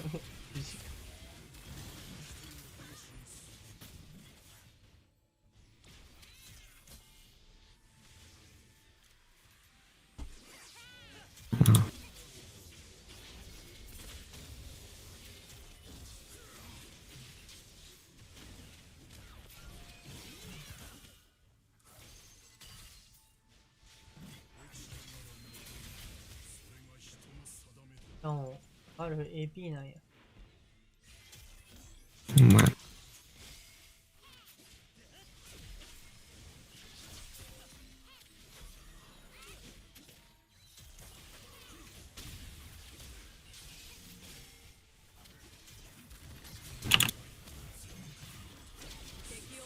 そうだ。ナイスナイス。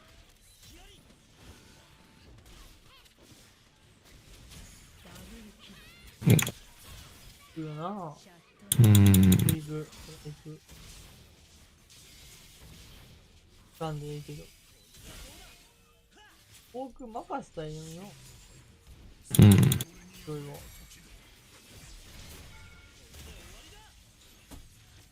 何これ。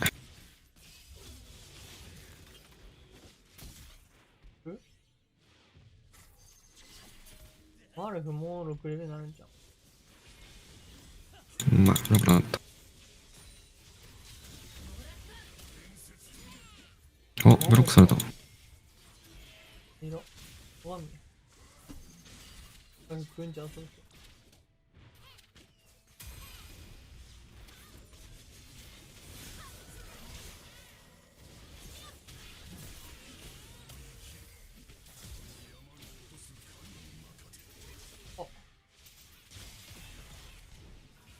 あいつ、温存しすぎて、打つタイミングがなくなってる。痛い。イグドだけかけといた。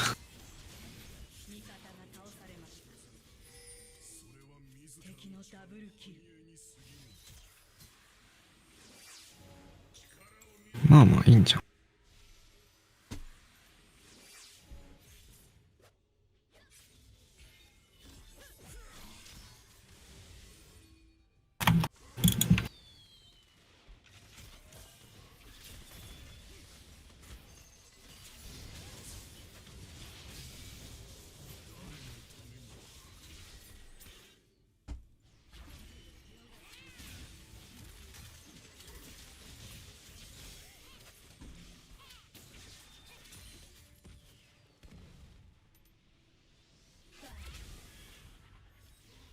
なるほどね。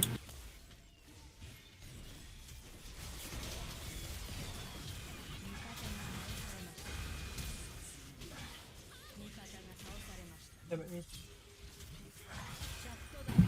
あー。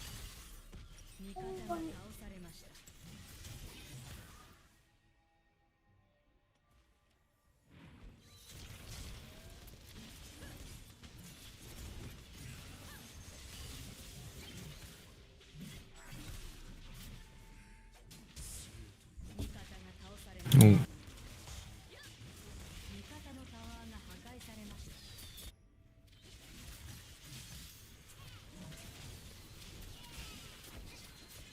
だからな。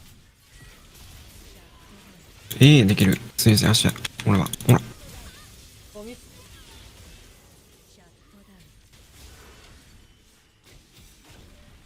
なんで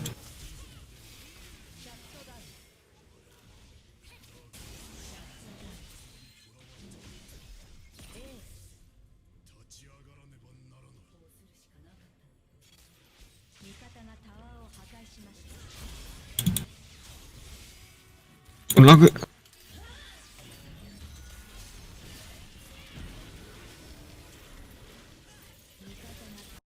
エース遅っ。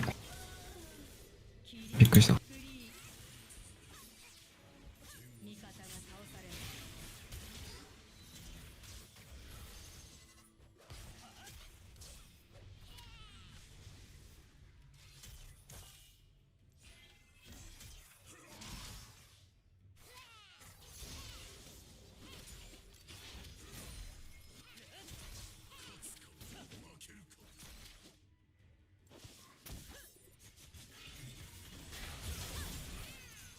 ダブルしようと。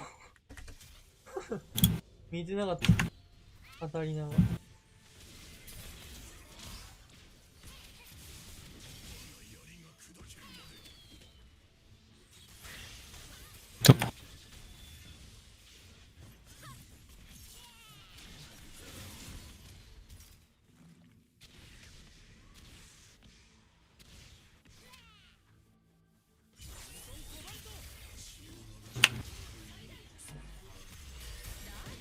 ナイスナイス。巻き添え。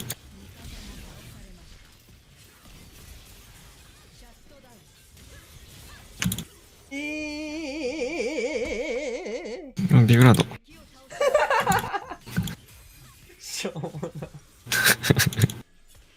水星アッシュの中身やっぱしょうもないだろ。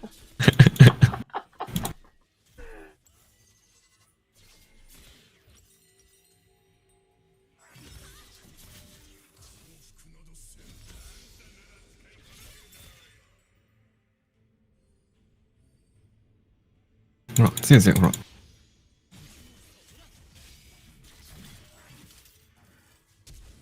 もう強いですよ。死ぬ。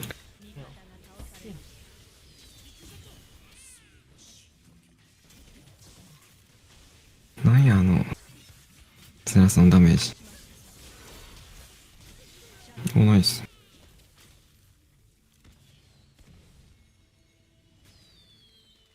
やろ、ポークリー。介護官。いいよ。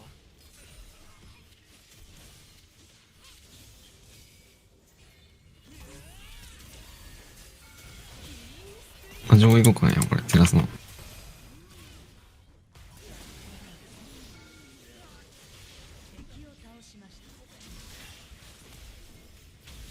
そうやな。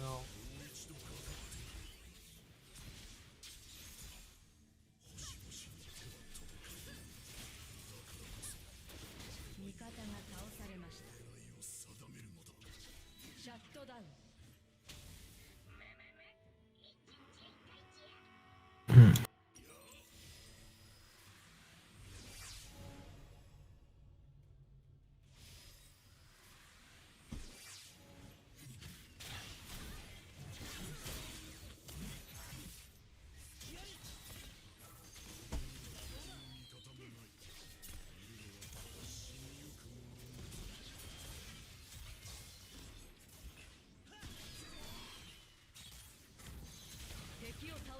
お。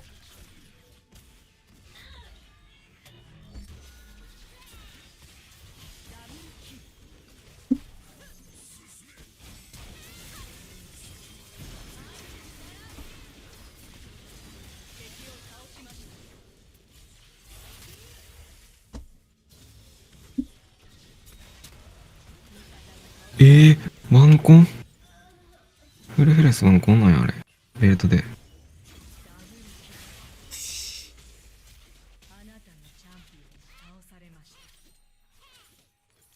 フラッシュキャラよかった。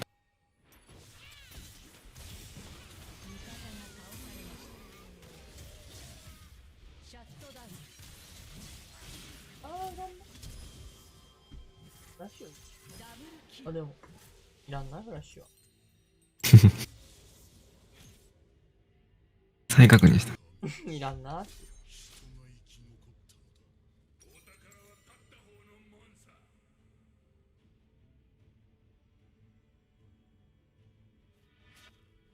だって、誰なんや。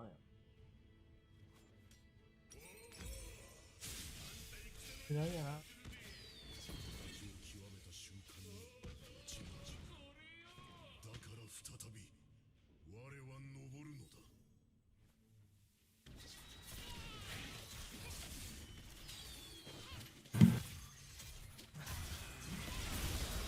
うわ、マジ。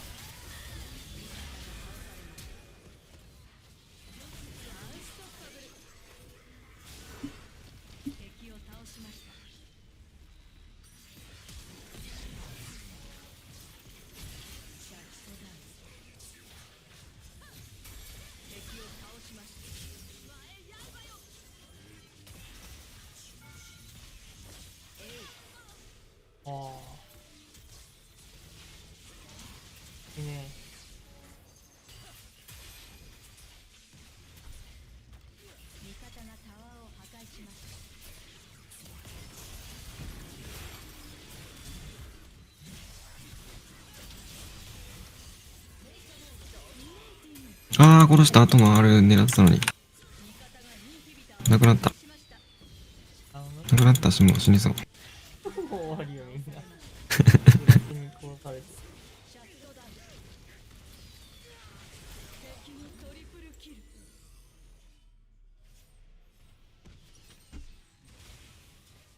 切れてる。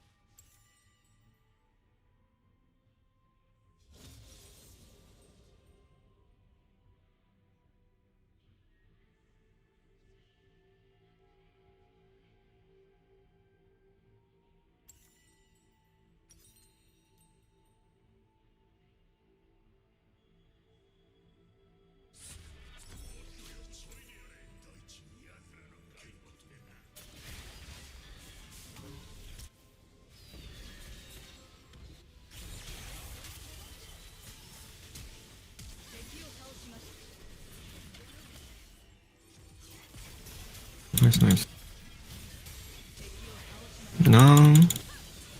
ワンコンではしなくなった。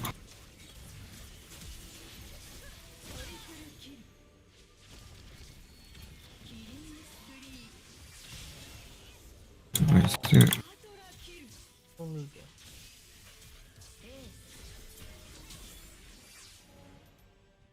終わった。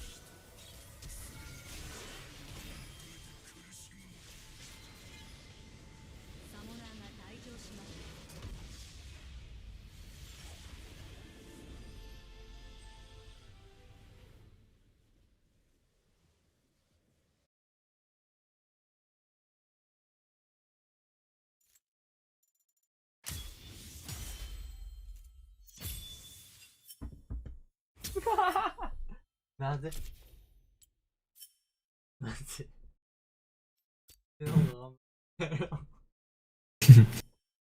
最前線プレイヤーやった。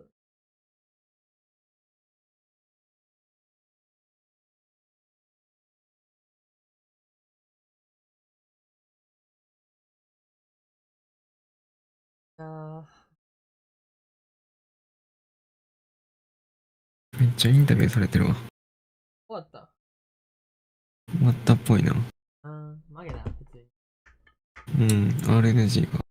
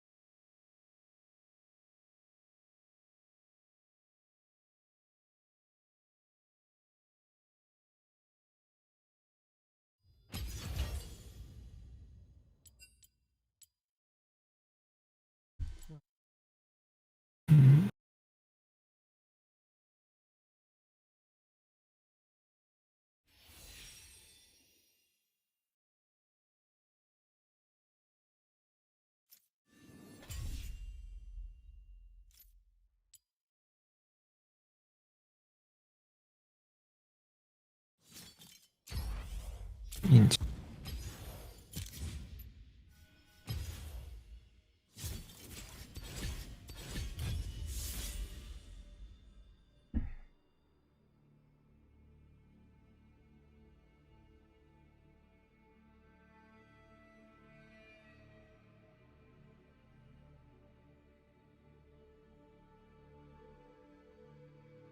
多分ウォッチパーティーで馬娘見てる。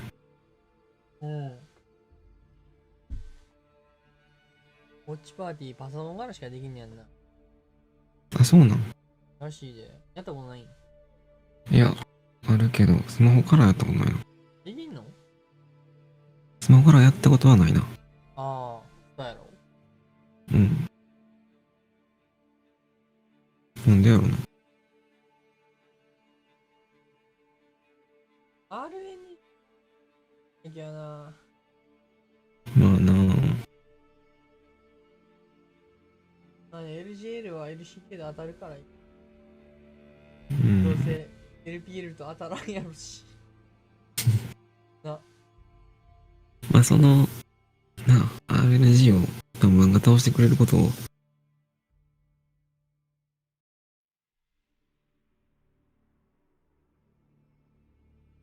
そんなことはないと思う。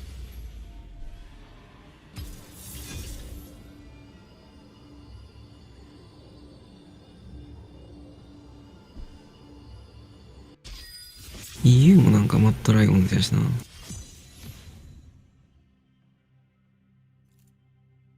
そうなの。うん。ああ。じゃあな。そうそうそう。正直思ってんけど、こっちした方がいいことっていっぱいあるよな。そうやな。ちゃん。いや、あると思う。おかしいよ。ADC かアフィリオスは方がいいな。サポで回してんの？カボでやってる。うん。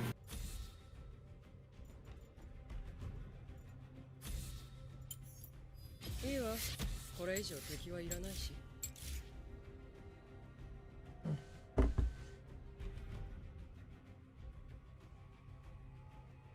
なんか、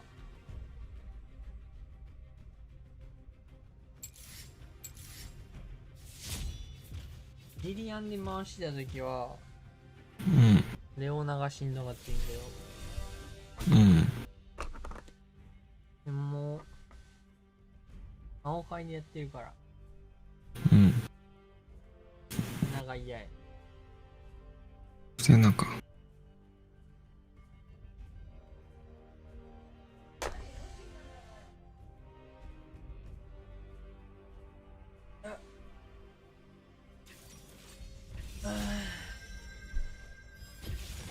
あの島々に再び命が満ちるまで。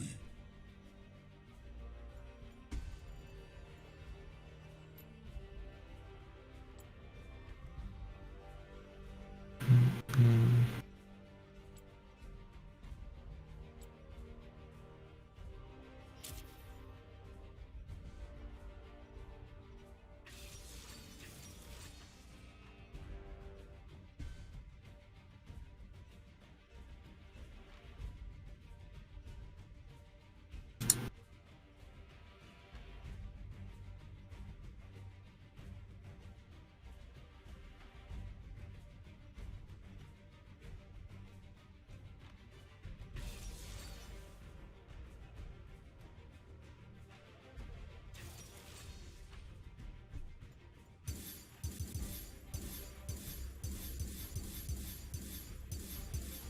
青会欲しいな、早く。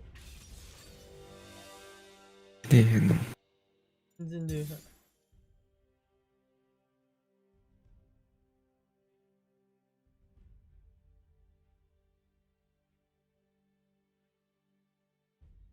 RNG か。LPL ってどこと当たるんかな？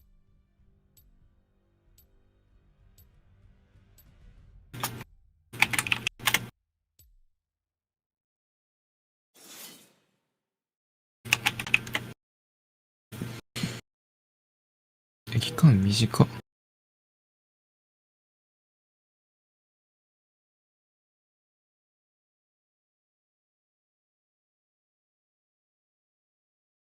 あんな。ベトナムとロシアの、これどこや、オセアニア。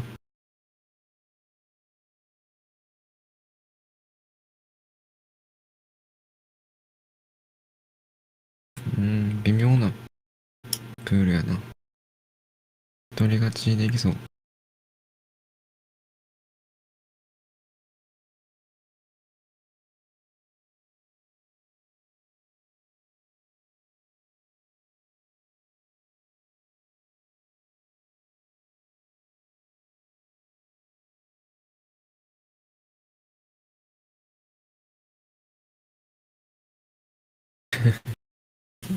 グループ C の LCL の以外、面白そうなとこないな。ないんよ。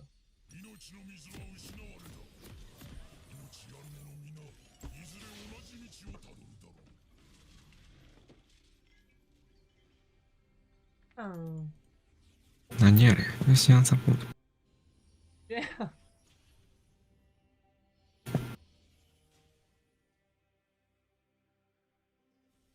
サモナーズリフトへようこそ。森に逃げ込むだと。我こそが森だ。オールインしてくんちゃう。ミニオン出撃まであと30秒。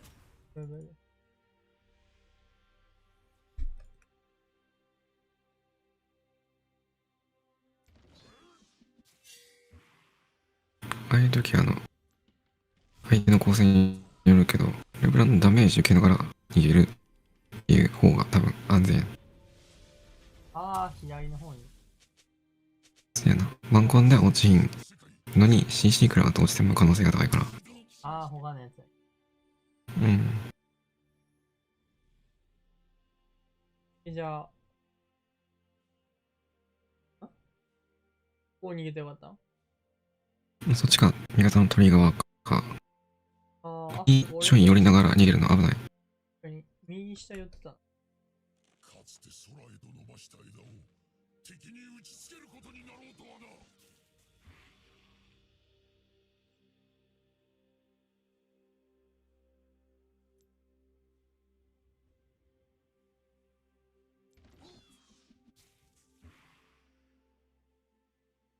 早っ。うんの。我が衆は汚れておらぬ。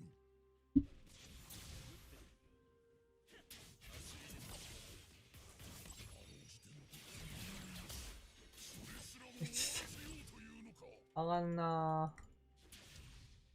相手サステインないから極力一方的なトレードしたいな。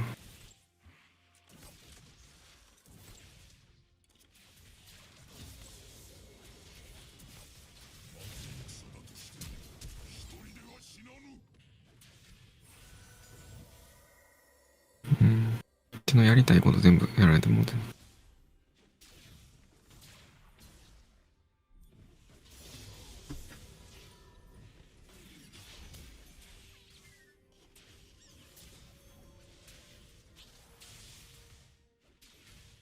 来週コロナ1400、500人行くんかな。断言されてもた。だな。なんや。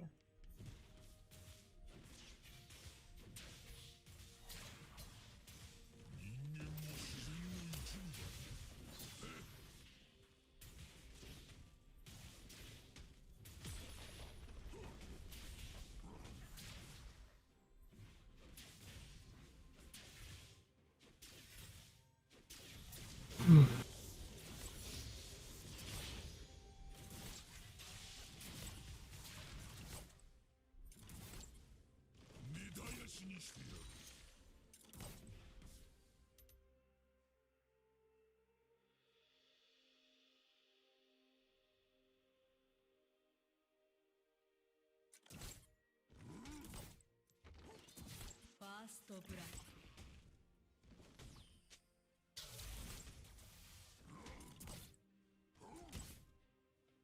黒い霧などに我は屈せぬ。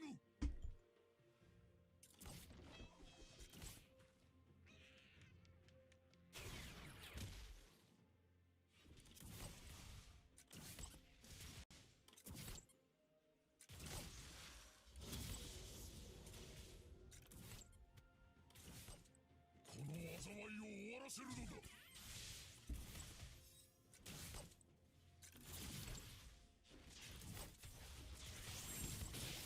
味方が倒されました。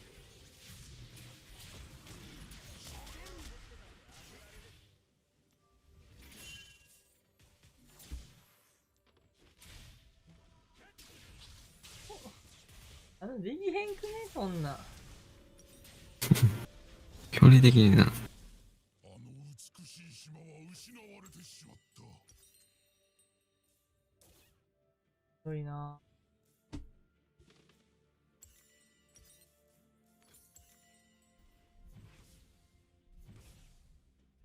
あー。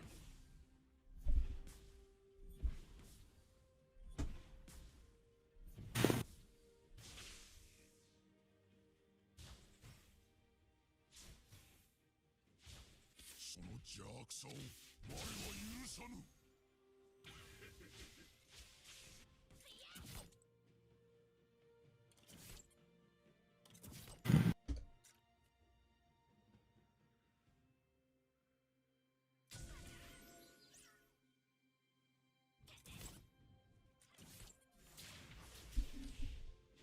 魔力の残滓で体を満たすとは。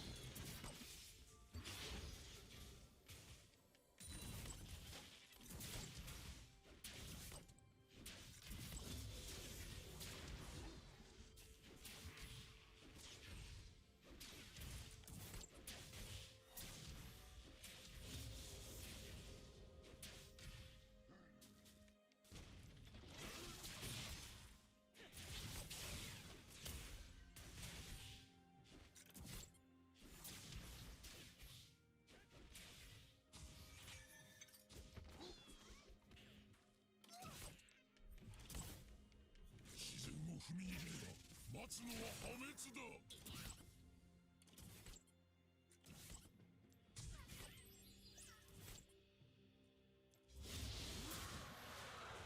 自然と共にある。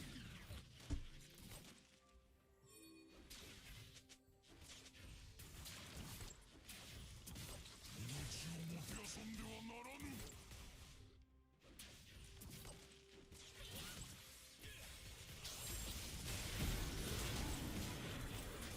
敵を倒しました。こ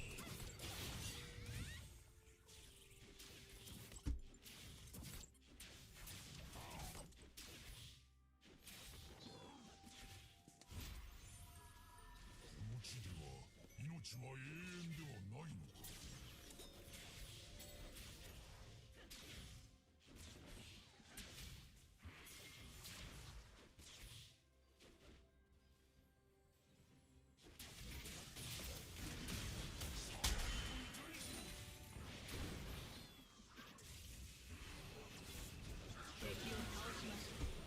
ナイスやな。枝を伸ばさないとな。やばいやばいやばい。やばいミスった。チャンピオンミスっが倒されました。た。おったな。キャノンベイトやった。ほんまに。キャノン死ぬから。この呪いに我が怒りを。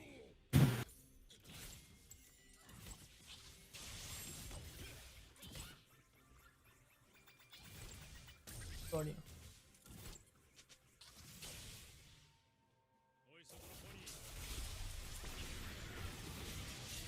敵を倒しました。味方が倒されました。国は変わらぬ。そうやったっけな。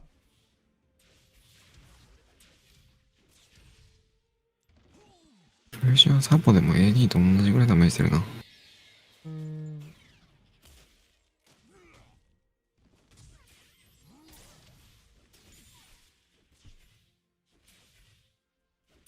木のために。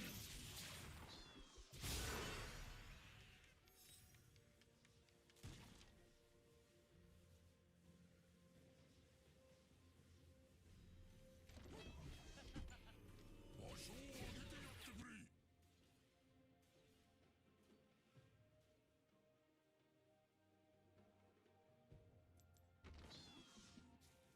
静かなること早い。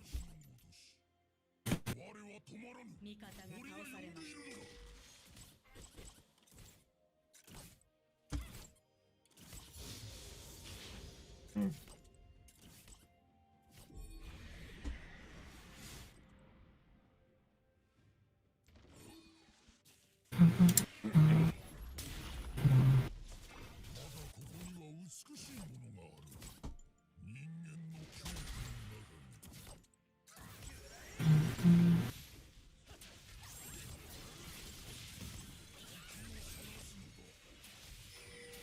狙わへんタイプの出てんな。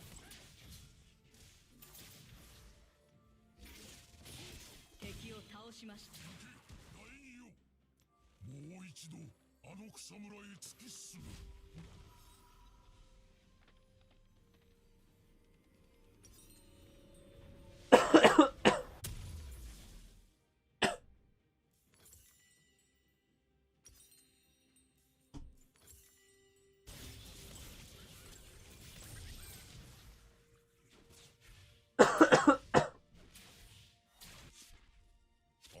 帰れば失われたものの大きさを思い知らせてやる。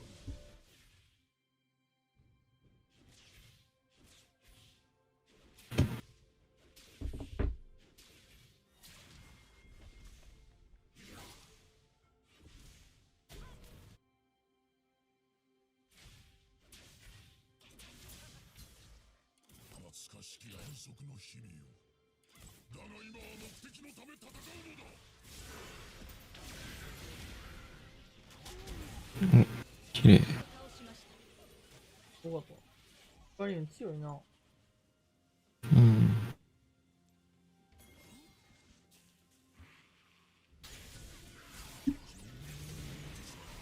を苛立たせる。まるで樹皮に救う虫のように。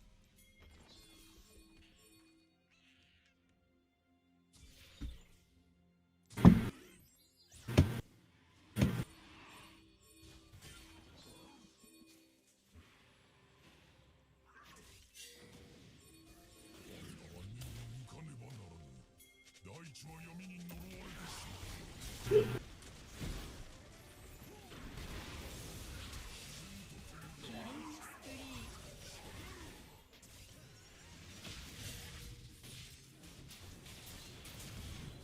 味方が倒されました。はて、苗木をどこに置いたか。あなたのチャンピオンが全倒されま然来いねあいつ。なんか味方少なかったな。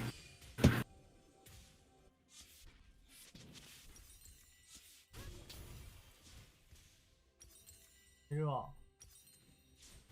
新たな希望を咲かせるとしよとりあえず死んでるし。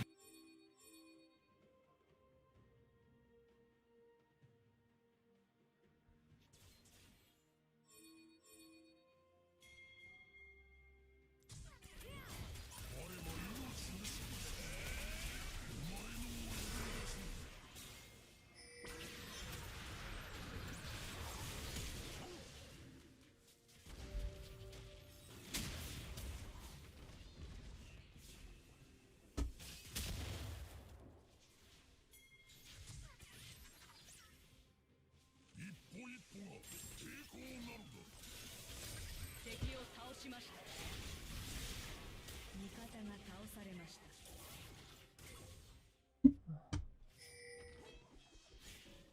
場所を当ててやってくれ。敵を倒しました。なんか、死んでる。俺のな、スナイプよな、結局。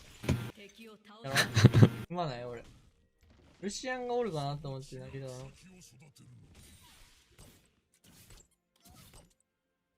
取られた。その手から命を奪い取ってやる。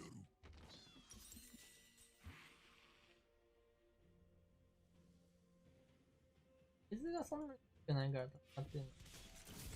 うん。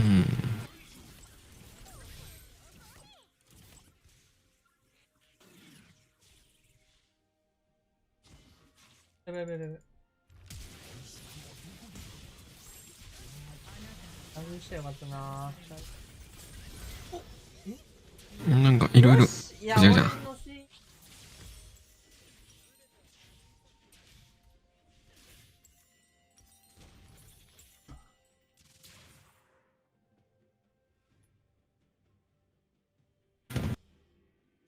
また体に刀傷がついてしまった。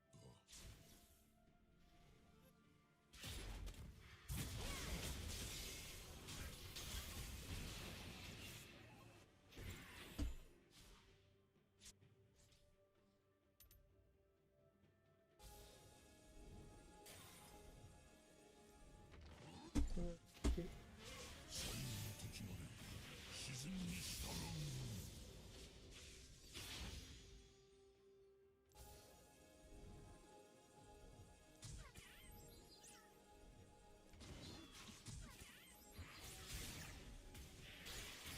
こんな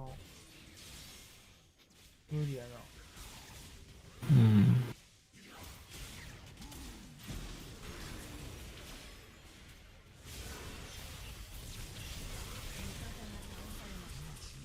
やりすぎたな。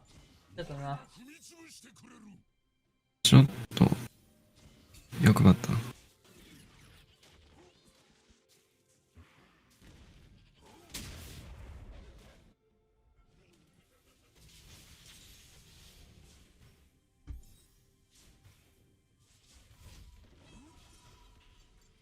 何をした人間ども。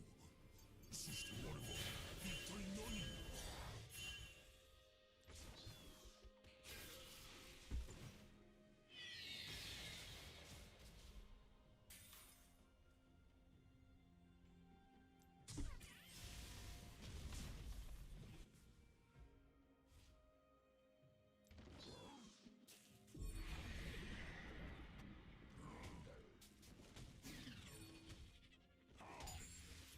かつて人間だったものの、今では邪魔な治療でしかない。味方のタワーが破壊されました。味方が倒されました。味方が倒されました。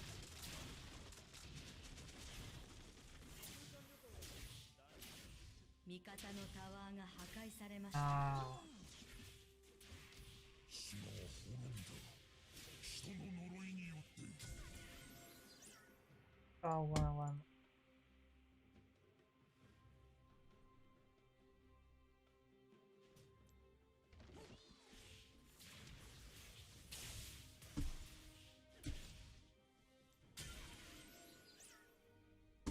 すべての小石、すべての草木のため、我は戦う。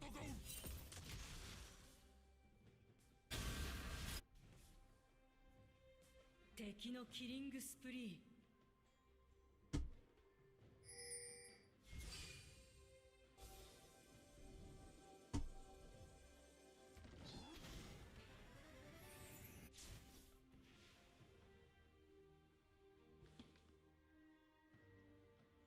森に逃げ込むだと。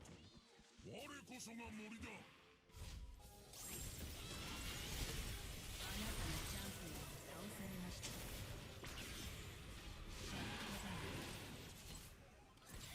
ダブルキル。良いでしょ。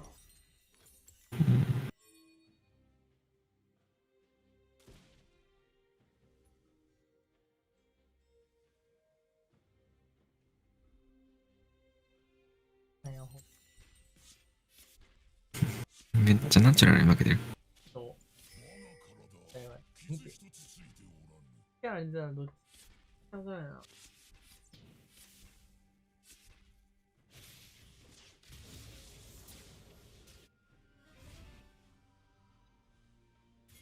どうだやろ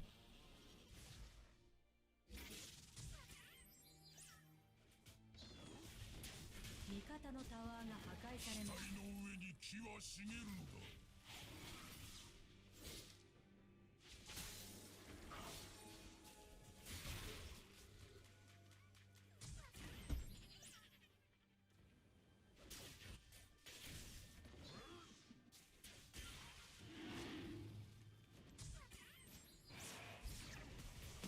静止した世界、それは安らぎではない。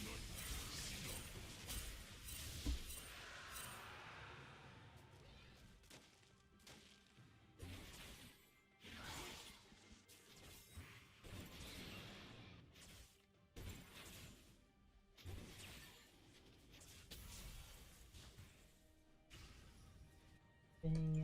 つて空へと伸ばした枝を敵に打ちつけることになろうとはな。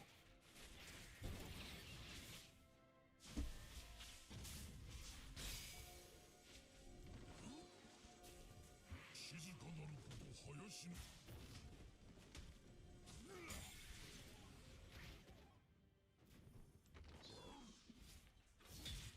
我が神は汚れておらん。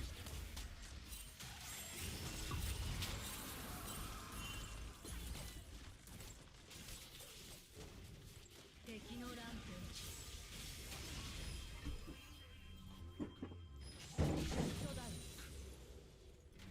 こ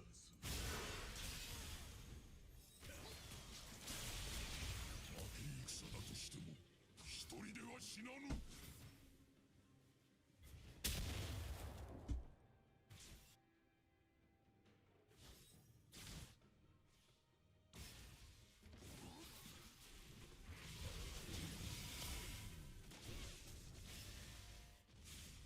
ダメージ高いな。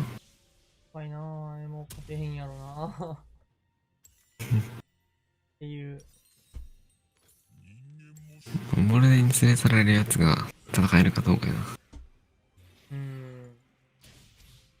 負けてた。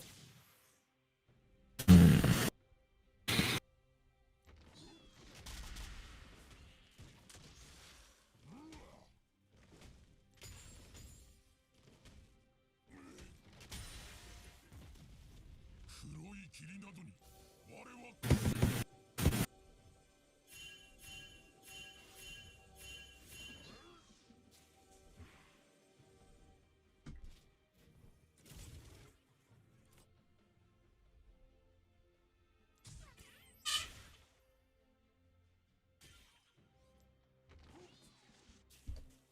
この災いを終わらせるのだ。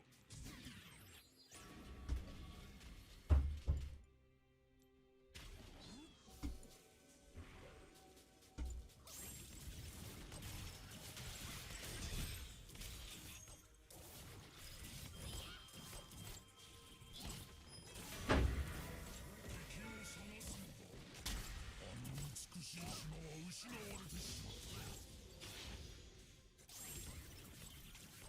味方がタワーを破壊しました。敵を倒しました。自然とともに敵のキリングスプリー。しかも、その邪悪さを我々全然関係ないところで。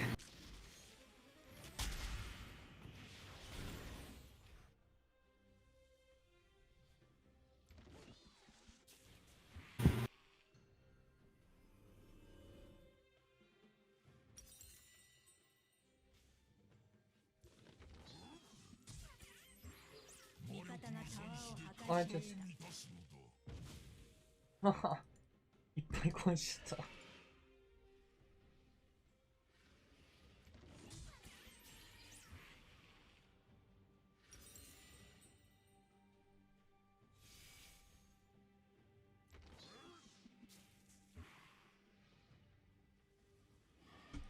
命をもてあそんではならぬ。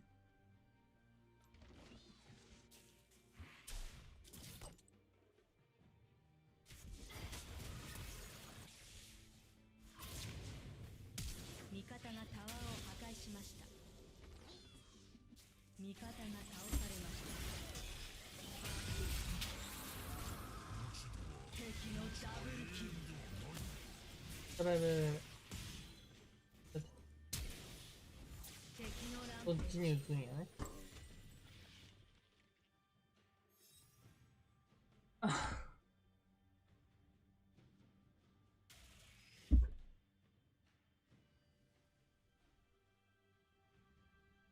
デスマッチャー持ってるやつおるな。こ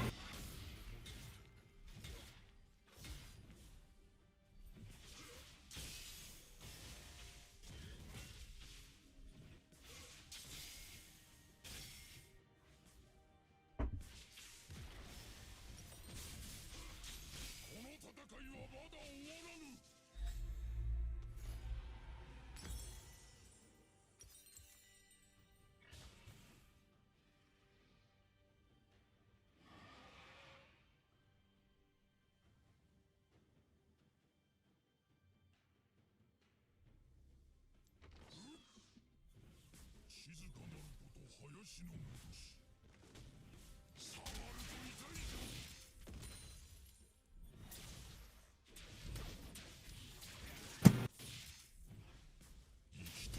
死んでいようが邪悪には変わらぬ。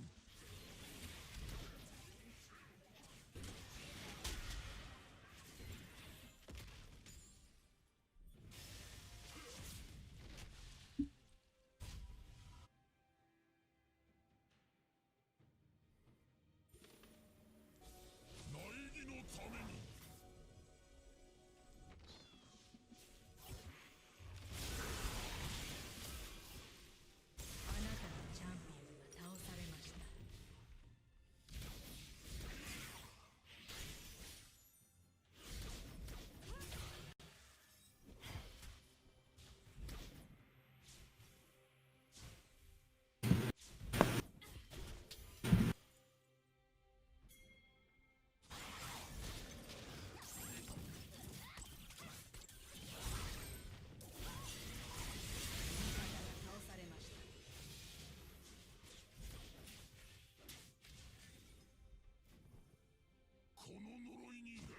的に突っ込む AI なんじゃんそれ。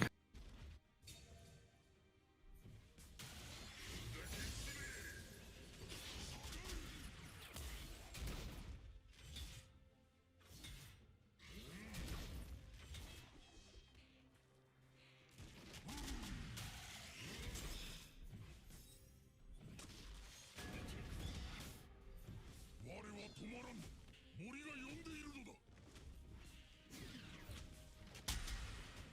味方のタワーが破壊されました。味方が倒されました。味方のタワーが破壊されました。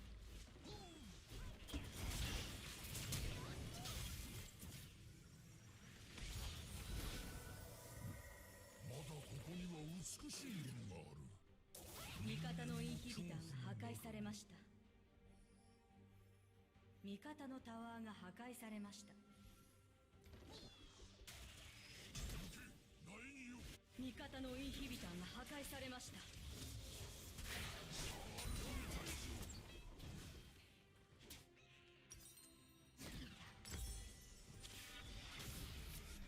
あの破壊で失われたものの大きさを思い知らせてやる。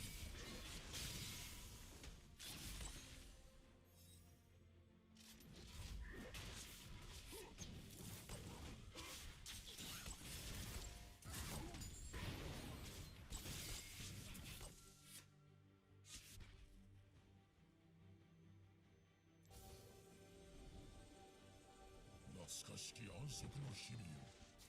だが今は目的のため戦うのだ。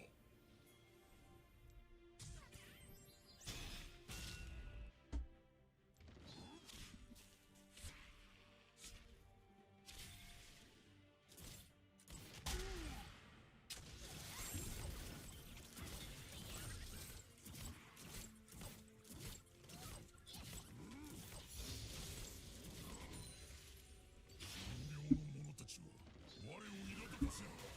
まるで地図に敷く虫のように。そして敵のキリングスプリー。誰に立ちよ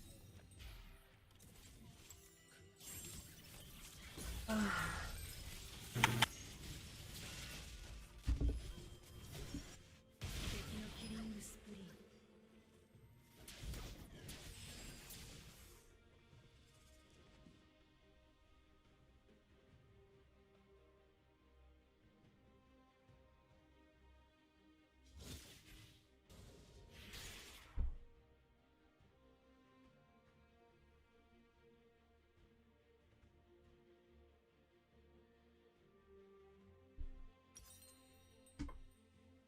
新たな希望を咲かせるとしよう。味方のタワーが破壊されました。味方のタワーが破壊されました。敵のキリングスプリー。ディフィート。